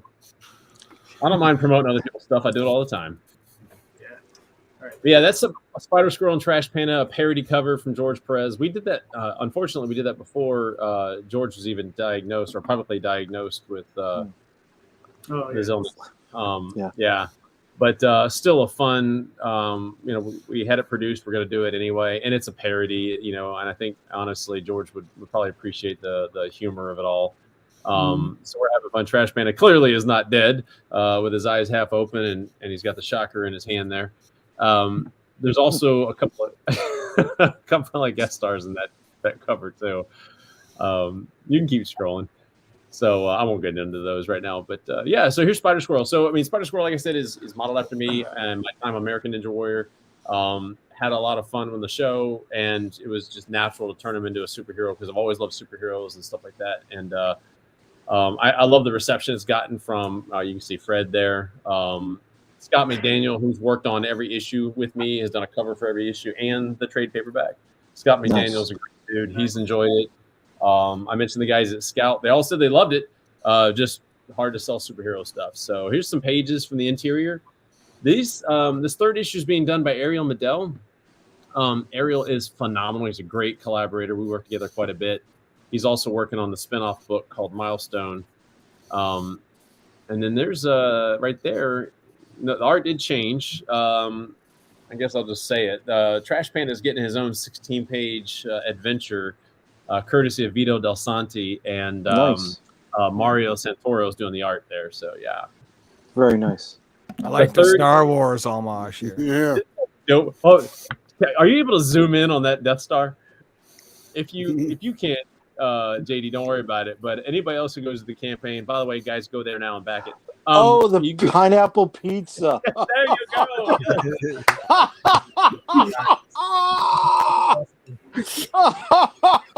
So that was on your first one, right? That was exactly. Your poison. Yes. So it all comes back around. So this is the third movie parody cover in the series, and so we did Bill and Ted's on the second issue. We did Back to the Future in the first issue. Of course, we had to do Star Wars in the third one, and yeah, we definitely that was all DC, man. When he painted this thing up, I was like, "Yo, that's a pineapple pizza." That is he gets it. So yeah, fucking great. So yeah, we've got 6 covers. So I actually post all 6 covers on here so you can see just what you're getting with the trade dress and everything on them. Maybe some small changes to the trade dress, but all good there. This one Facundo Moyando did, and just was really cool. Another guy, I was just said, hey, just go crazy with it. He said, well, send me the book, and I sent him the book, and he went hog wild. This one. So this is really fun. I mentioned I'm a super backer. I also am a huge supporter just in general of indie comics, whether I'm retweeting or resharing or reposting. This is a fun cover where everybody pitched in a little bit. I think the prices were pretty reasonable, but I kept them high enough that not everybody and their mother jumped in. Where people bought into the book and got their character featured on the cover. This is a gatefold cover. I'm sorry, not a gatefold, a wraparound.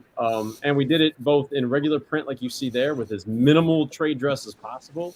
And then there's also a holofoil edition of this one being printed as well. So really stoked about that. Yeah, officially knocked that one out. Oh, he's great. And there's Scott Yeah, there it is. Look at that. Scott McDaniel did this. That's his exclusive cover. And we're actually giving away, not giving, you can back. And I think somebody already did. I'll have to check, but you can back for the inks for this, the original inks. The pencils are mine. Y'all can kiss my ass. You ain't getting that. you should do. So, I felt that way about when I got an Ed Benez cover done for the first time. I was like, I'm keeping those pencils, and then I gave them to Fernando just because he's Nice, the artist dude. from there. I may give my Scout and Daniel stuff to my kids, but nobody else. So But yeah, so there's the main covers, and then of course I have to highlight my team. Love my team. These guys are great. And by the way, that pizza I'm eating is not pineapple. Wait a second. Go back. Let me see him eat that pizza. I know you're a DC guy. Where'd you get that? You got that from the Adams Morgan's area? No, dude. Actually, here in Fredericksburg, Virginia, there's a place called Benny Vitale's.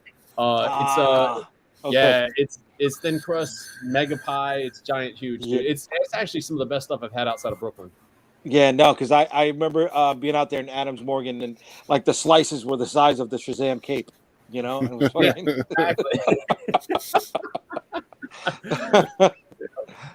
Yeah, actually, true story. So that pizza company is owned by Riley Brown's brother. So Riley Brown, who does Deadpool and other stuff. Okay. Yeah, I met Riley. Came up to my booth at Baltimore last year, and he goes, "Hey, I heard you had a cover with the pizza place on it from Fredericksburg," and I was like, "Yeah." And I grabbed it all sly. I like reached over a while, not looking in it. I was like, "Here you go." He's like, "Can I buy that?" I was like, "Hell yeah!" And then he told me the story that it's his brother's company. I was like, "Oh, that's pretty cool." So small world. That's cool. Well, then that just doubled the price, my friend. Yeah, I charged him 50 for it. No, I'm just You should have. I should have. I actually gave him a discount. I'm smoking crack, man. I was just Oh my too gosh, You're a nice that's guy. cool. Yeah. That's cool. So No, man, it looks incredible. thank you. Yeah, this is cool. So Carl Kessel, who did, he's got Impossible Jones, just ended a couple days ago. Him and David Hahn. Carl was flipping through my Kickstarter. He's like, I had to stop and read every single one of those. He said, I was dying. I'm gonna have to do that on my next one. Can I steal that? I was like, yeah, go ahead, man. So just some shenanigans, having fun. No, If you guys don't back the book, at least go there and throw $1 my way just for coming up with funny shit. I love this one. Go back up to number 13. Look. Yeah. $100 you get the virgin cover set. A trinity of virgins. A virginity.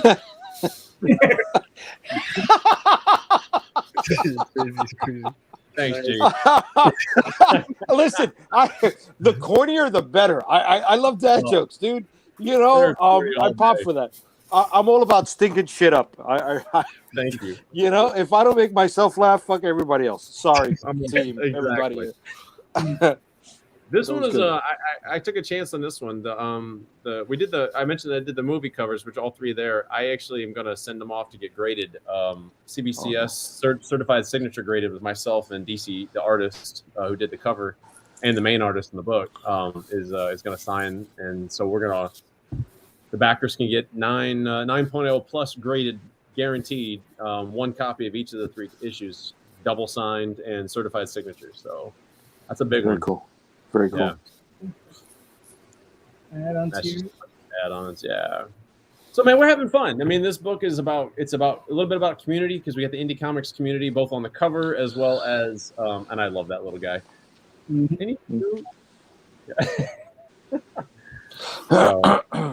And in the first issue, It's definitely not a Lego man.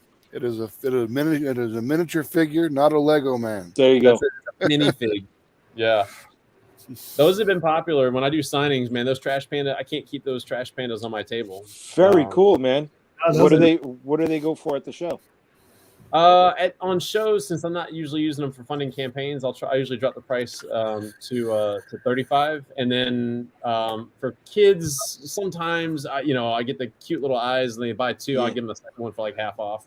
Nice. In fact, that happened I did a free comic book day signing, and the brother wanted one, and then his little sister wanted one, and Dad was like, "All right, I'll buy both of them." And I was like, "You know what? I'll give you half off, man." And he was a Marine too, so I was like, "I'll even throw an extra discount." So for his service, yep. So.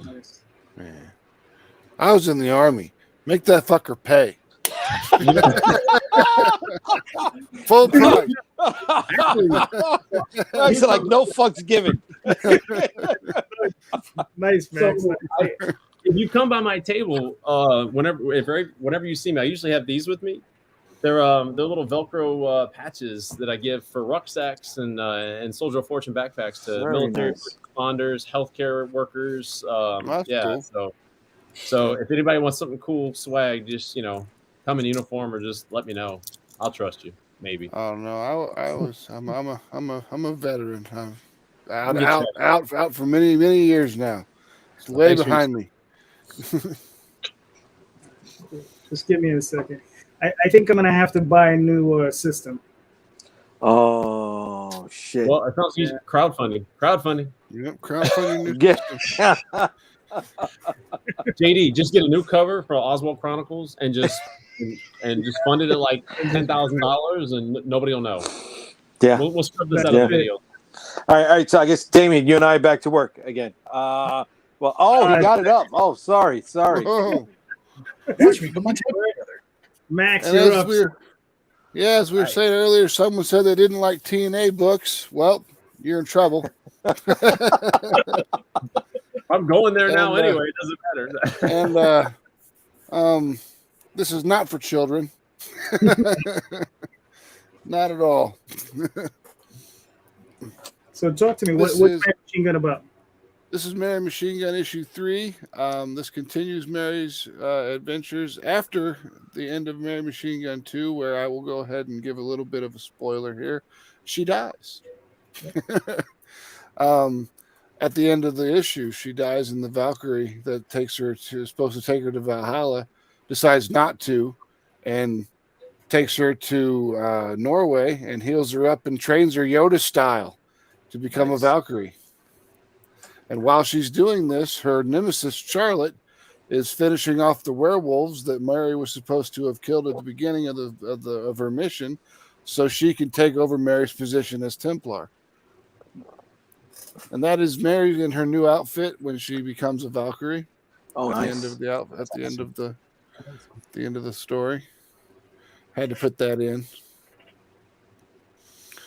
And we give out the first 7 pages of Mary's story all the time. We start out in a cave in Norway, because where else would a Valkyrie be hiding out? She's basically wanted, she's like, oh shit, where's Charlotte? And she's like, hey, don't worry about it. You need to rest. She'll be fine. And then so Mary goes to rest, and then we go back to Charlotte, and who is jumping down and attacking these guys and finishing off the rest of the werewolves that Mary was supposed to finish it off. And she steps into if you followed from the second story, which we do have add-ons and catch-up tiers if you are new to the story. She's at this judge's house, and that's one of the main werewolves. And I love how that guy is pointing at the other dude when she comes in with the gun. It's like, no, shoot him. And then he showed in the script, it just said it shot him in the eye. And Fernando has him shoot the eyeball out, or has her shoot the eyeball out of his head, which was just fantastic. Then she gets her little pose there and tells him that she's like, hey, magistrate, you've been judged. And then it attacks her, and she flips it over her and slams it into the wall. And then they face off with each other, a little bit of combat, and then they once again face off again, and that's the end of the free pages. Nice. We've got our covers and our variants. This will tell you who the artist is in the cover, but if you want to scroll down, we can get to the bigger covers, so you could just see the I love that Justin Hunt one right there, and the Greg Bow. Those are beautiful. Love those. Yeah, Greg Bow is a fantastic artist. Justin just blew it out of the park for sure. Totally. Everybody on this. Courtney Rose, she did a great job. It's Joel Souza with that Bruce Timm inspired look to it, and we got Mariah Benes doing 2 covers this time. One of us a regular one, and one is where she's doing the naughty variant, and she doesn't do a not safe for work stuff, and she definitely doesn't do not safe for work covers, but we got her to do one. Oh, very nice. That's the standard cover by Fern Cord. We always give cover A to the interior artist, because if they're doing your interiors, they should probably do your standard cover. That way, I hate buying a comic book that's got a standard cover of something awesome, and then you look inside of it and the art is just trash. It just drives me crazy. This is the Mariah Benez cover that she's got going on with. That's not the naughty version. This is just Charlotte, with the colors are by Fern Cord. Then we've got our inker Fran Cord did this one. This is Mary up in the lake. The Aurora Borealis and everything looks awesome. She looks really cool. Her power looks very powerful, and I love that you can see her breath. I think that's really nice touch. And Very the magic is cool. And of course, Justin Hunt with the super dynamic explosion behind Mary. She's wearing her classic outfit. There's not much you can say about that besides it's badass. I mean, I love the buttstock on the rifle. Everything about this is just screams classic Mary machine gun. And Greg Bill Watson, he always brings that Disney princess J. Scott Campbell look to everything, and it just works. And having Gwen do his colors, which I'm only calling her Gwen because I can't say her real name.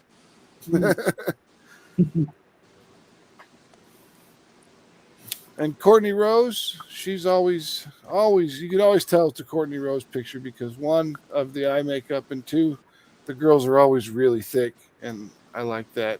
Yeah. There's just something about this cover that draws the eye. I don't know what it is. Yeah, that thickness, baby. And then Joel Souza's Bruce Timm style callback type of cover. I really like it. Everyone else is seeming to like it too. It's selling really well. It's great. Yeah, People really dig it. Absolutely. And then we've got our nudity cover. That's the naughty cover, which since we've already hit $4,000 in funding, that means that we've released all of our nudie prints. Because at 1,000, 2,000, 3,000, 4,000, we released our prints. And these prints are by Alexander Santana and Adam Ramos, who are the Ninja Bimbos versus Zombies from Deep Space team. So that's Mary sitting outside the confessional booth. That's Mary sitting outside the alcove. I can't remember what it's called. I'm a bad Catholic. I was raised Catholic, and I should know what that's called, but I forget. It's all right. I'm a lapsed also. I'm recovering.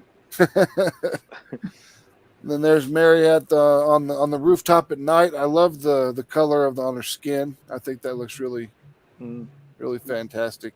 I just dig it. And then of course the Coupe de Gracie. Oh, there's a lot of Gracie there, baby. Yeah, there is.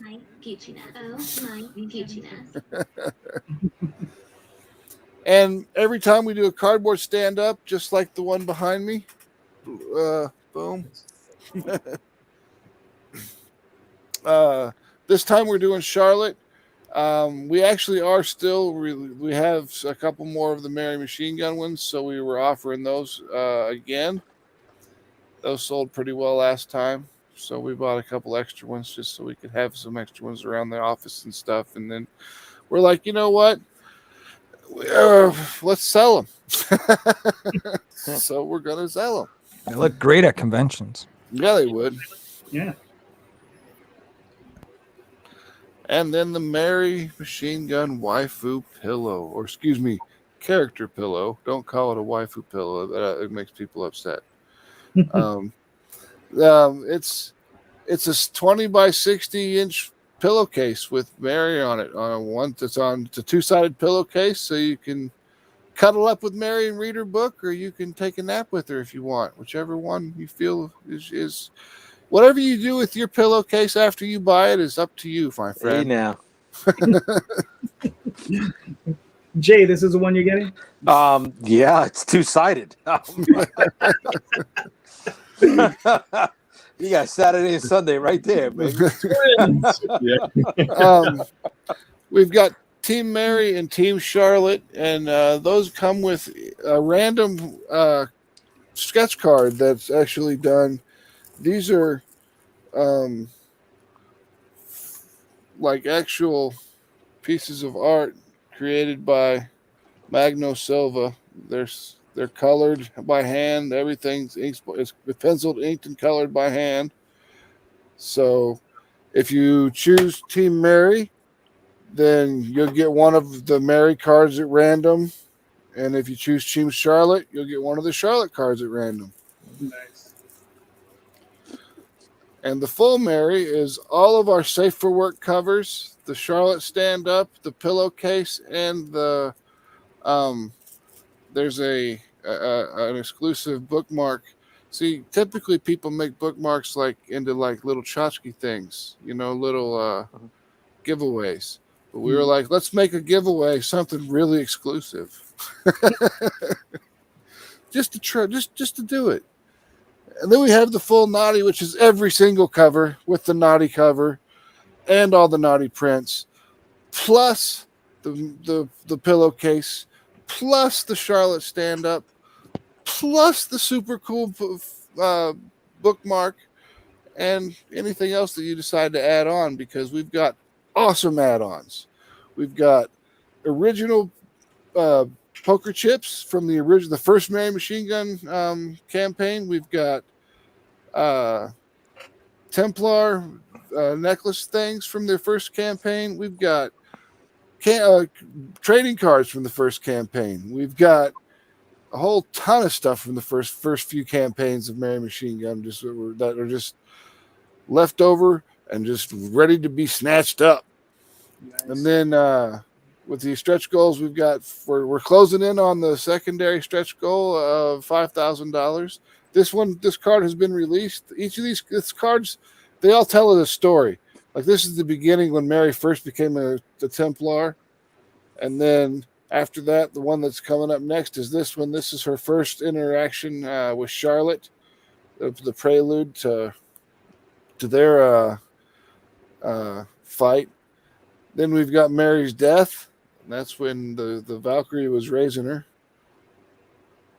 And then we have Mary's rebirth, because the hero always has to be reborn. Oh, yeah. And then the last two things are the poker chips, which we've got one for Mary and one for Charlotte.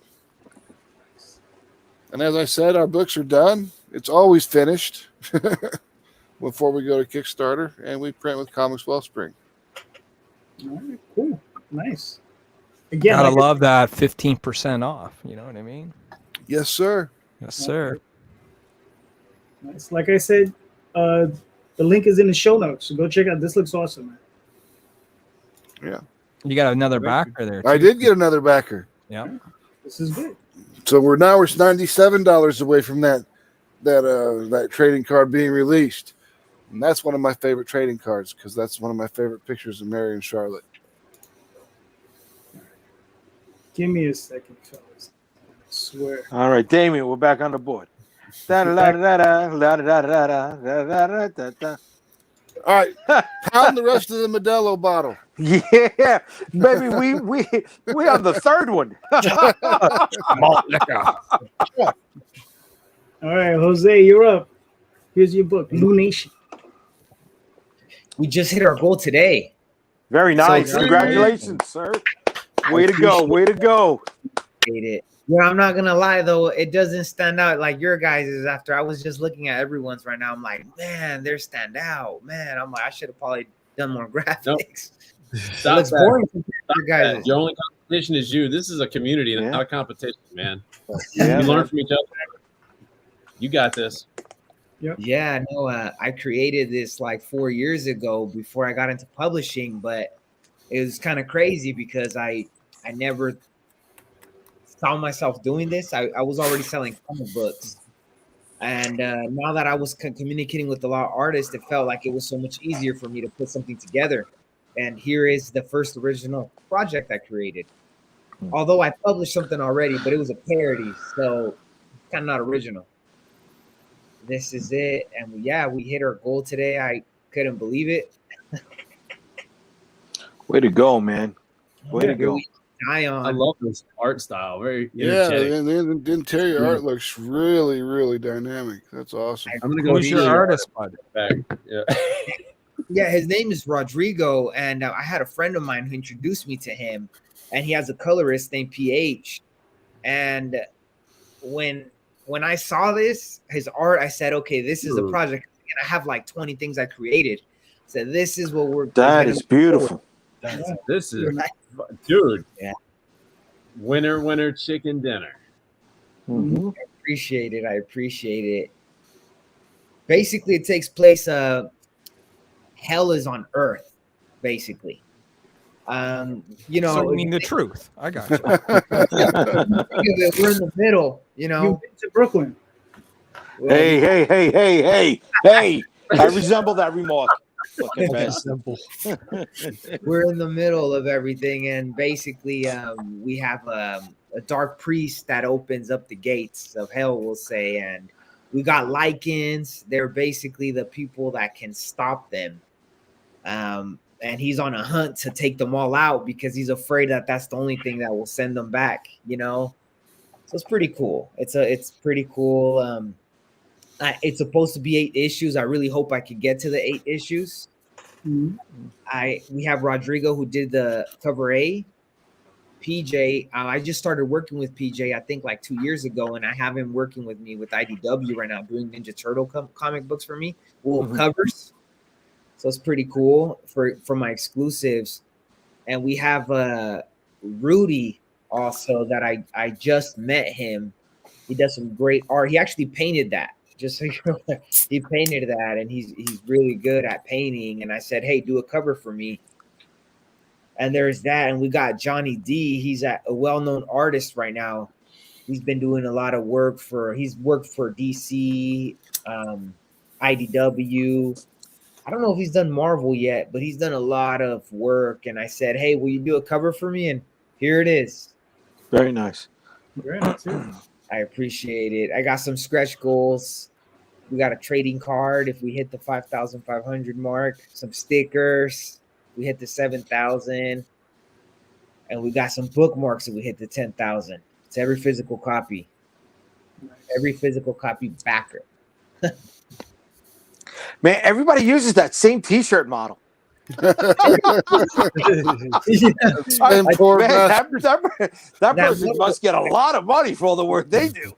Yeah, no, they do a lot of work. Work for me too. I'm not trying to bust nobody's balls. That's all right, Jay. We can get you up there. shipping, I do the 2X sizes. The 2X. shipping shirts is such a pain in the ass. Yeah, Oh That's my why I god! stopped doing it. There's a way to do that. I'll tell you later. So, but you No, don't even have to touch it. Yeah, no, I'm. Well, you I can know. do Teespring, but when you're talking about like doing it as part of a comic book project, if it's like someone orders one comic book and one T-shirt, that requires a whole different sort of packaging. You know what I mean? Like, Yeah, you're just like You know, I use clamshell packaging. I do. I ordered my shirts in bulk. That's why that way I can get the shirts for $5 a pop. Yep. And I move them at 25. That's the way to do it.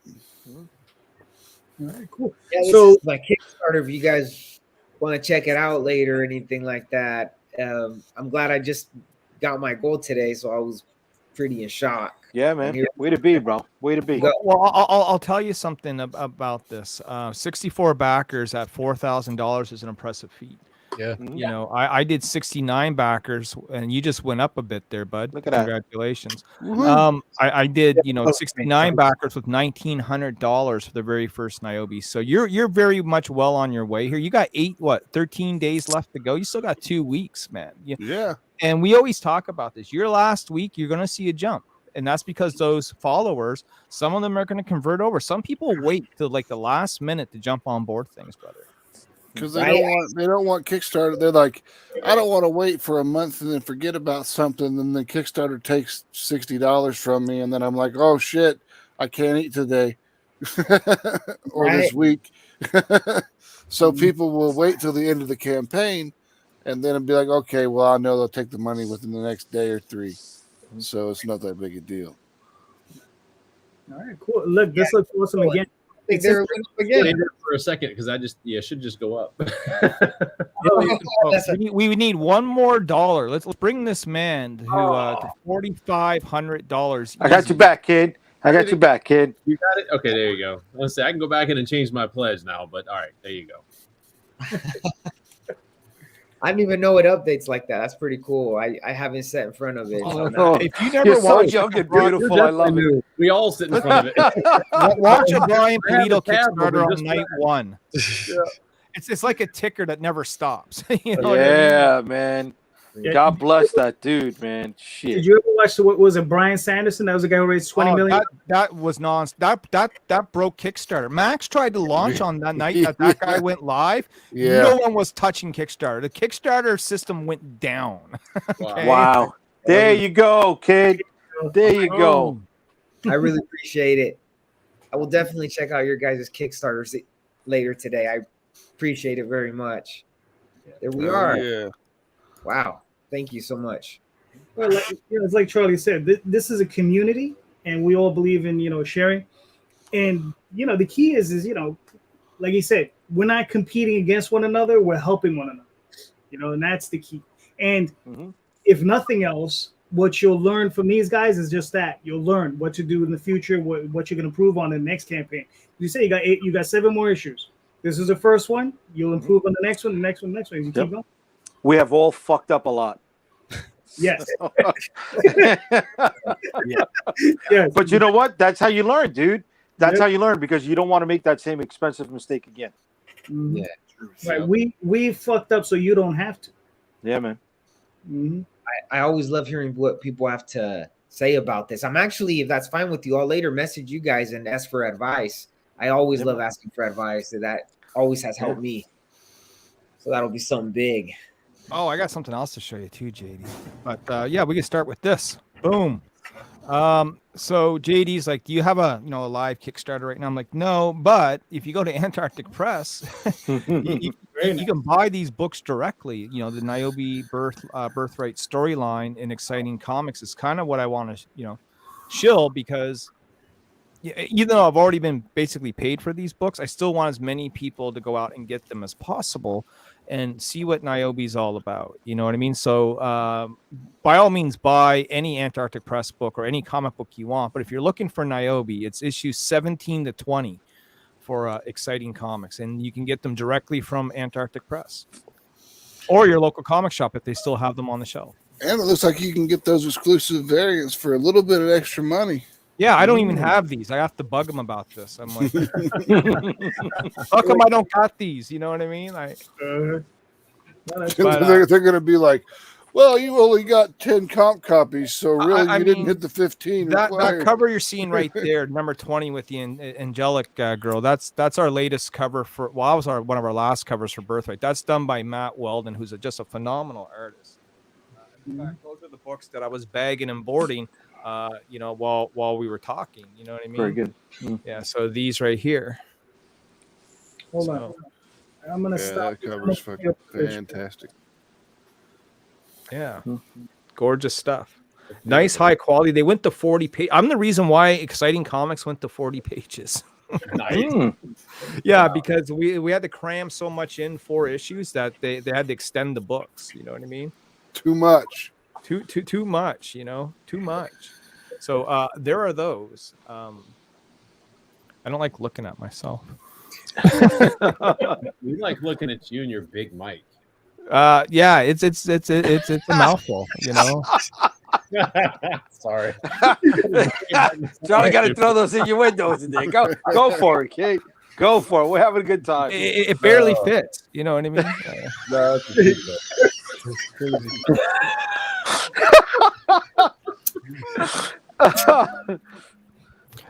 This is a preview. This is a skeleton. So when we go through this, this isn't polished. This doesn't look pretty. You know what I mean? But this is the upcoming Kickstarter in about 3 weeks or so. for Niobe Outbreak, which is basically, I'll just read the title line. Niobe returns in the midst of a mysterious outbreak which affects humans and genomes differently. If you want to know what a genome is, it's genetic anomaly, basically my world's version of mutants. Nice. And we Hey, have Larry, Juan where- Antonio doing the interior art and a cover. This is like an Iron Maiden homage to Somewhere in Time. Beautiful. We That's got Eduardo Garcia from Zenoscope giving us a cover here. Little Very nice. cyberpunkish background. We have Justin Hunt. You'll notice that me and Max use some of the same artists here. Of course, Justin Hunt, Mary Machine Gun, Marvel Comics, Coffin Comics, Big Dog Inc. You name it, the list goes on. Courtney Rose Dameron. Every rose has its thorn. Waifu #1, Courtney Rose Dameron. We have Sean Fournier from over at Dynamite Comics, known for his work on Vampirilla and Red Sonja, things of that nature. We have Keith Garvey, who is just a Zenoscope legend here at this point in time. Keith Garvey going to sell me a lot of books. We have RB White getting a little saucy here, a little naughty. Nice.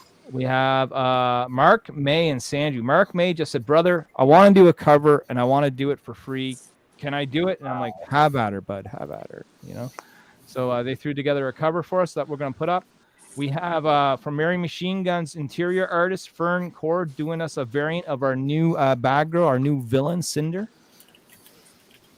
And then we have Greg Bo, Watson, and Gwen teaming up to give us another great-looking cyberpunk-ish cover. We have Chris Williams giving us almost like that 2000 AD European look here, heavy metal style cover. Wait, Chris Williams, Milestone Chris Williams? I'm not sure. Does he do Chris stuff Cross? I don't know. He was a guy that hit me up, and I really liked his style, and I said, have at her, bud. Okay. Yeah, it doesn't look like crisscross, but it could No? be. I don't Okay. think so. No, it's not. That's not a signature. No? Okay. Crisscross is going to make you jump.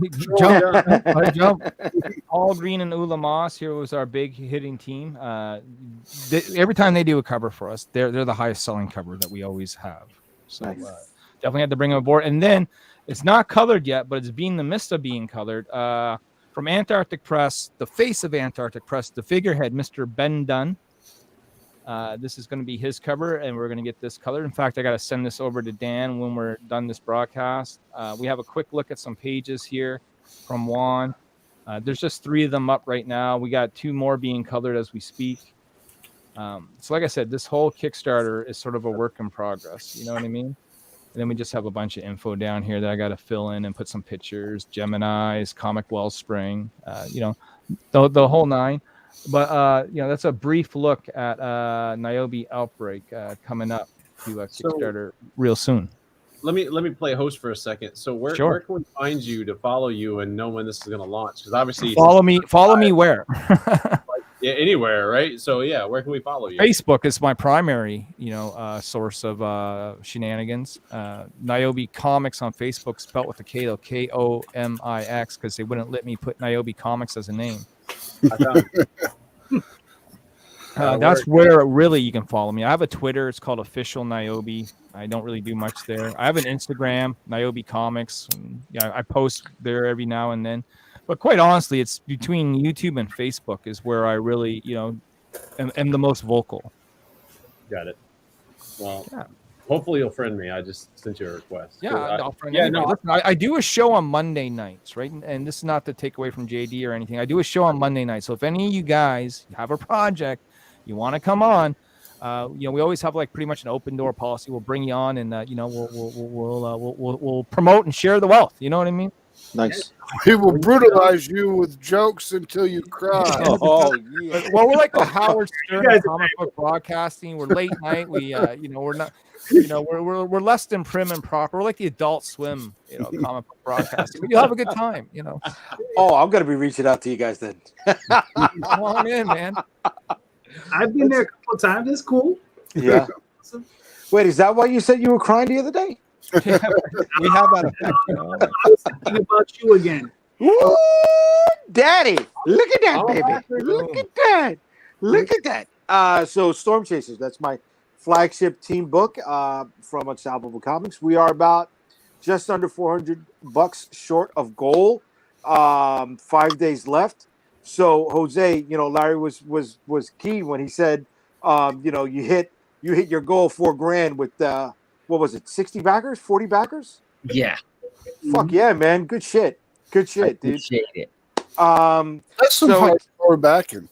yeah, man. Like money per backer. Like Kickstarter will tell you how much your average backer pays. Dashboard. Yeah. Don't give that money. Don't give that information out, but just go look at it. Yeah. And just be happy with yourself. And I'll tell Hell you, yeah. Kickstarter will tell you that you want to target $25 to $35 a backer as your target. So if you're averaging higher and you're way higher than that, you're doing really damn good, right? So I appreciate it. I appreciate it. Stormchasers. So it's a team book. So what we're looking for is the dough to print up issue number 8. So issues number 1 through 7, which are part of this campaign, are already printed. So if Jose can scroll down a little bit. No video? We're not gonna watch. Oh yeah, you can watch the video if you want. There's no problem. Yeah, if you want to play the video, play the video. You made it. I don't make videos anymore. Hey folks, thanks for checking out the Stormchasers campaign for issues number 1 through 8 right here on Kickstarter. This superhero action adventure weighs in at a whopping 200 pages combined. It features the flagship team of the Unstoppable Comics universe and contains heroes with diverse backgrounds that hail from all across the globe. The current story arc focuses on a retired hero that used to lead the team and returns to the Stormchasers looking for help in rescuing her kidnapped daughter. But she finds the team in shambles, a shell of what they once were, and must rebuild the Stormchasers if there's any chance to save her baby girl. If knockdown, drag out, big-ass fight scenes are your thing, with strong interpersonal connections and deep character storytelling, then you are in the right place. These issues are written by JD Rosario, illustrated by Russ Leach and Andres Barrero, colored by Michael Summers, with some covers provided by Carlos Granda. The Stormchasers are important to Unstoppable Comics because this is where it all started. It took years of hard work and years of learning even harder lessons to get to this point, and it never would have happened without the support from so many of you. For those that have been with us throughout the years, picking up all of our other books, we can't thank you enough. We know you're here for one thing, and that is Stormchasers number 8. But for those of you just hearing about us, there's still time to pick up the first 7 issues. And if you want more, we have that too. Spin-offs such as Shield of the Interceptor, Dragonstorm, Unstoppable Origins, or even the official character guide of Unstoppable Comics, where you can find data pages that contain power sets, origin stories, and a little bit extra that you won't find in the regular issues. All of this is still available in trades or in limited single issues. You can dive deep into the world of Unstoppable Comics or just take a dip in the water. In either case, you guys backing us in any form is greatly appreciated, and for that, we thank you. See, I just saved a whole lot of talking. Dude, that took me like 50 takes. I had to split it up multiple times. I was like, oh, blah, blah, blah, blah, blah. So those are our 2 covers. So that's our team cover, and then that is our femme fatale, the lead female villain. She gets a spotlight in our B cover.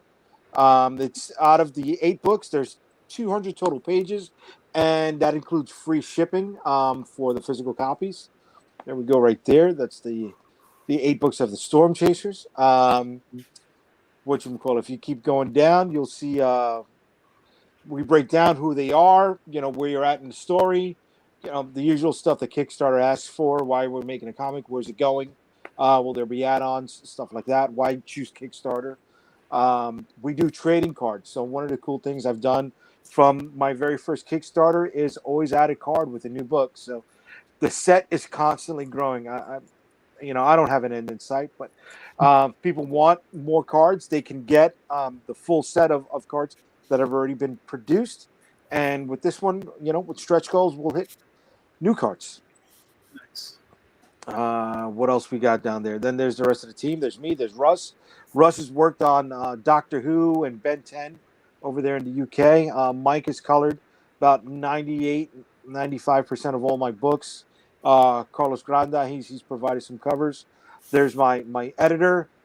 She is a SUNY, State of New York College professor, doctorates. So, she covers all my grammatical errors. My wife does the lettering, and then there's our trades for a lot of the books that are no longer in print, so they can pick up. If they still want a physical copy, they can do that. Except for the Dragonstorm book, all other books are 20. Dragonstorm is 15. That includes the shipping charge and that. Hey, I recognize one of these books. One of these books is coming to me in a Kickstarter. The Shield of the Interceptor book. Yes, Yes, sir. yes. Thank you for joining us on that. One of my favorite things is the official character guide of Unstoppable Comics. I don't know, other than Jose, I think everybody else is around the same age, right? In the 80s, DC and Marvel both did source books. So there was Who's Who for DC. There was the Marvel Handbook. I love that. That was like, those were my encyclopedias. And I put that together. We built up quite a big gallery of characters. So you can get that information in there. And then, there's the trade for the first 4 issues. If people don't want the single issues, you could go and grab those. And then there's our favorite model working on our shirts, folks. We call him James. He's a hardworking dude. But whatchamacallit, I use that just for the image.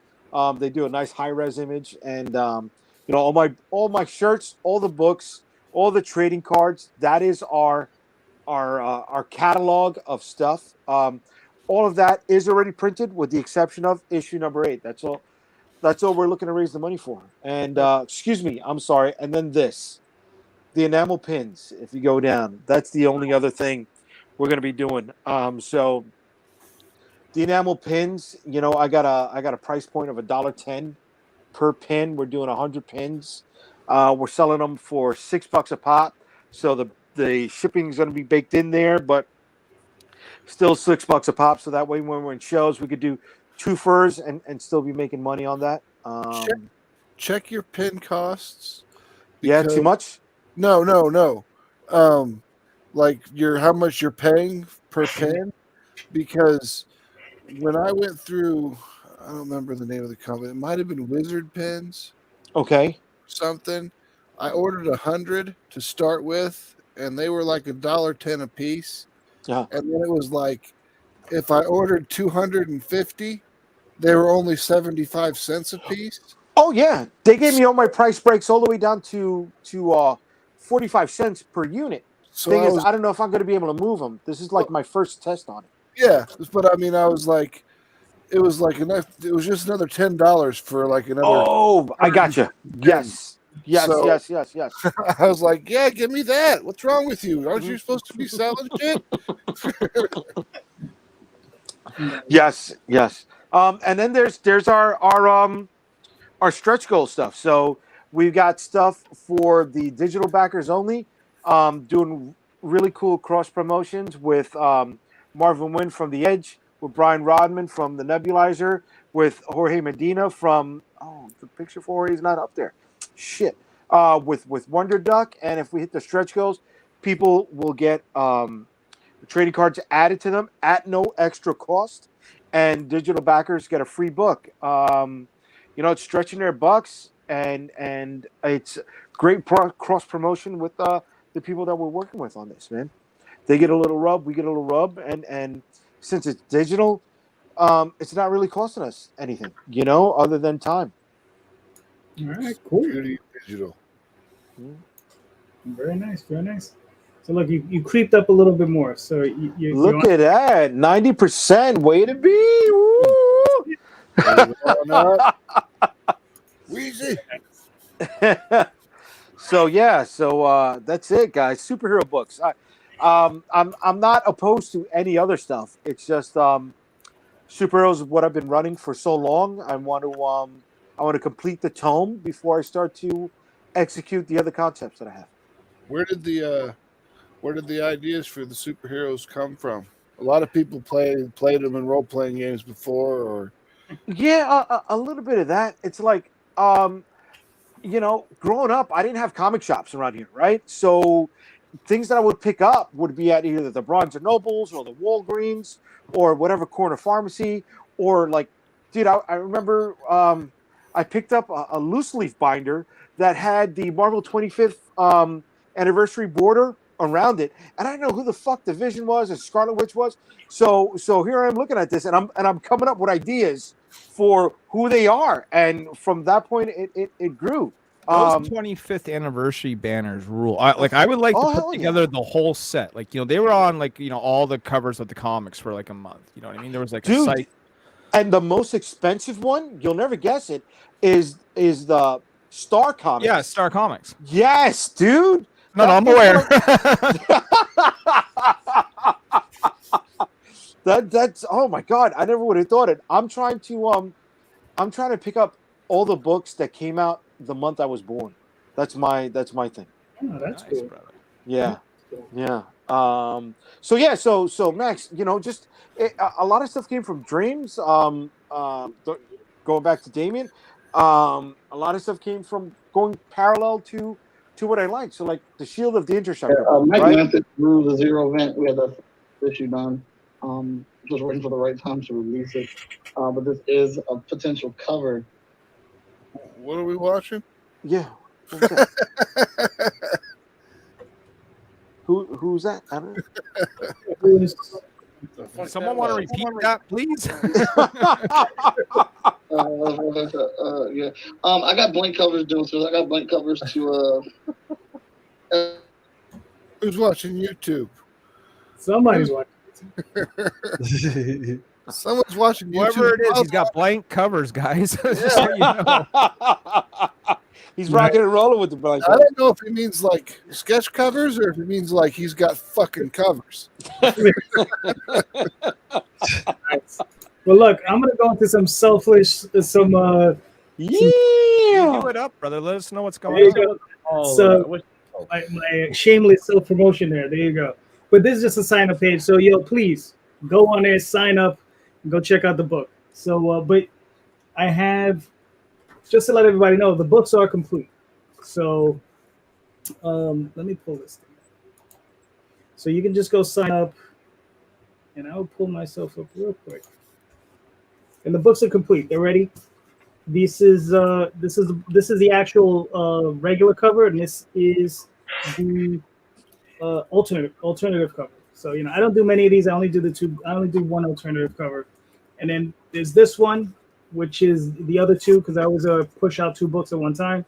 And this is the alternative cover, and this is the regular cover by Jay Gonzalez. So there you go. But that's for another day. You don't want to get in my trap, dude. I got 13 variant covers. I think I may have a problem, JD. I might need an intervention. I was over cheap. Did you get Skilo to write your copy on your sign up page? Okay. I'll get to. Thank you, Max. You said it says I wish I was a little bit taller or something like that. So yeah, that's the actual title of the story. It says I wish I was a few inches taller. So that's Oswald. He's a mouse. Yeah, so that Skilo song. I wish I was a little bit taller. I think Roadhouse. I thought you would be bigger. You know what I mean? Roadhouse. So hold on. Real quick. This was from earlier. Diana says Scott is a legend. His name was my comic subscription. There you go. Me too. Carlos says, can we get a link for Stormchasers? Thanks, Carlos. That's in the show notes. I did put the link in there. So I'll put the link up on the YouTube. So if you want to go there, it's there. Thank you, everybody, for the support. Oh, I'd like to ask Damion, behind you, is that a wall of Funko Pops? Wow. Holy. That looks like my comic book store, dude. Right? Holy BD. Now I got Funkos myself, right? But I know exactly how many I got. I got 30. And I swore to God, brother, I was only ever gonna buy one, right? It's like, I saw this Black Widow one, I wanted it. I was at the Avengers movie, like, yeah, I'll pick it up, little souvenir sort of thing. And then it was like a strange addiction. I had to cut myself off because I don't have the space like you do to place them. But would you say, because you're probably obviously very much in the know, because some of these Funkos are rare, some of them worth money, what is your most rare Funko Pop? in your collection? Most rare, probably.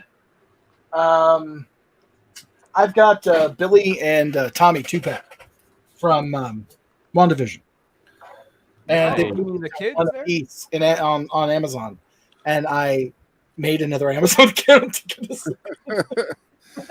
So like those are the two. Beyond that, I just collect from like whatever I like. Yeah, Like, that's what I was like that. I was the addicted collector. I was like, I gotta have it all. I gotta have the whole set. And my wife was like, you gotta have me or the whole set. And I'm like, I got a couple that were within my her reach. defense. This is a Dark Phoenix. I guess she's out of print right now. Oh yeah.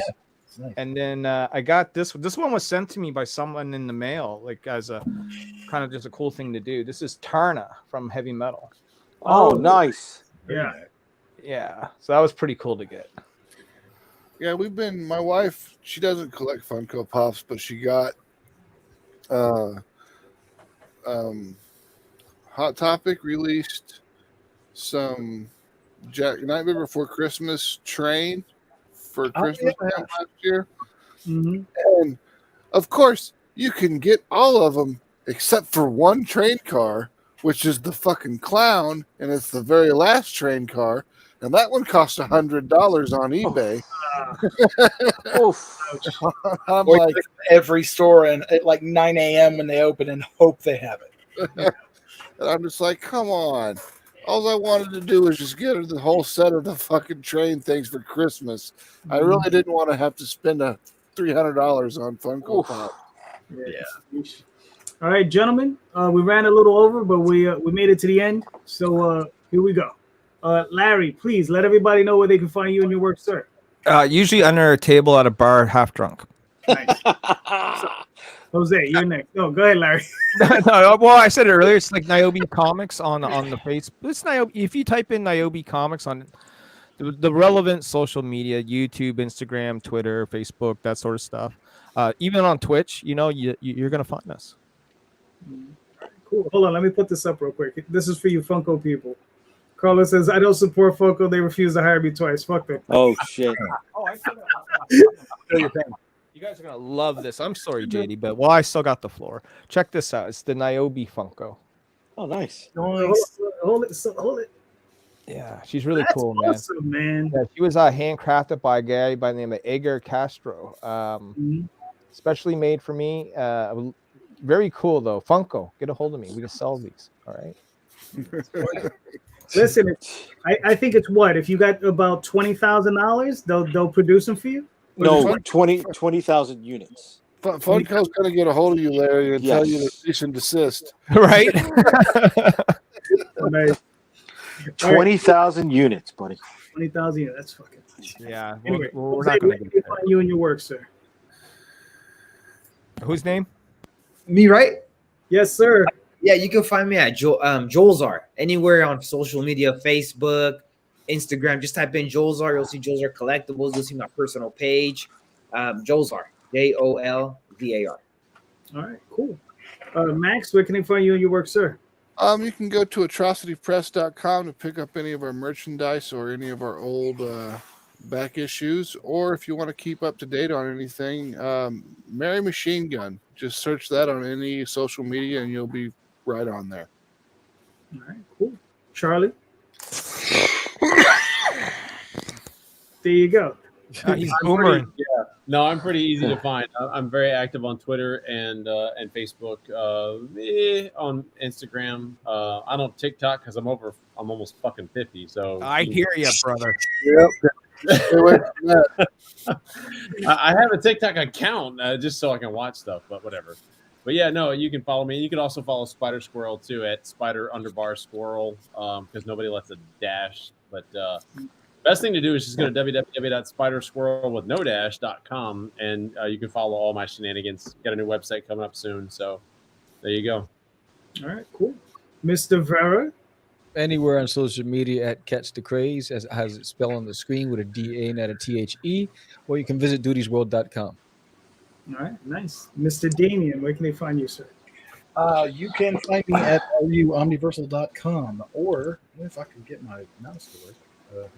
Under a pile. There. Funko Pops. And yep. On our pile of Funko Pops. And that right there, and they'll take you right to the site. And when my table fell on me earlier, I found this. This is the very first rubber comic I ever made. It's on Very nice. But yeah, nobody will see this. But yeah. All right, cool. Mr. Rosario, what can they find you? UnstableComics.com. All roads lead there and from there.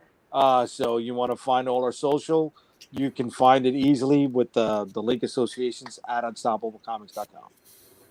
All right, cool. Well, my name is JD Calderon, as you know, and I'm here most Sundays, not next Sunday. I got a business trip to take care of because Mr. Larry has to have his books, so I'm going to get it to him. There you go. There you go. You know, listen, I saw a picture. It was Anthony Figueroa, I think, in the warehouse, like saying, "We got the books." You know what I mean? I was like, that was awesome. Good, you know? Yeah, he's fulfilling the IGG, and then next week I'll be fulfilling the Kickstarter. Wow. So And next week the Zoop one launches, and then listen, I'm still disappointed. No one had the $10,000 to hang out in a Spencer's parking lot with you guys. You know what I mean? Because this moron did it for free right here. I'll tell you that. there's no one more disappointed than us. Trust us. If I was a millionaire, I would have totally thrown down $10,000, like go hang out in the Spencer's parking lot experience. You know what I mean?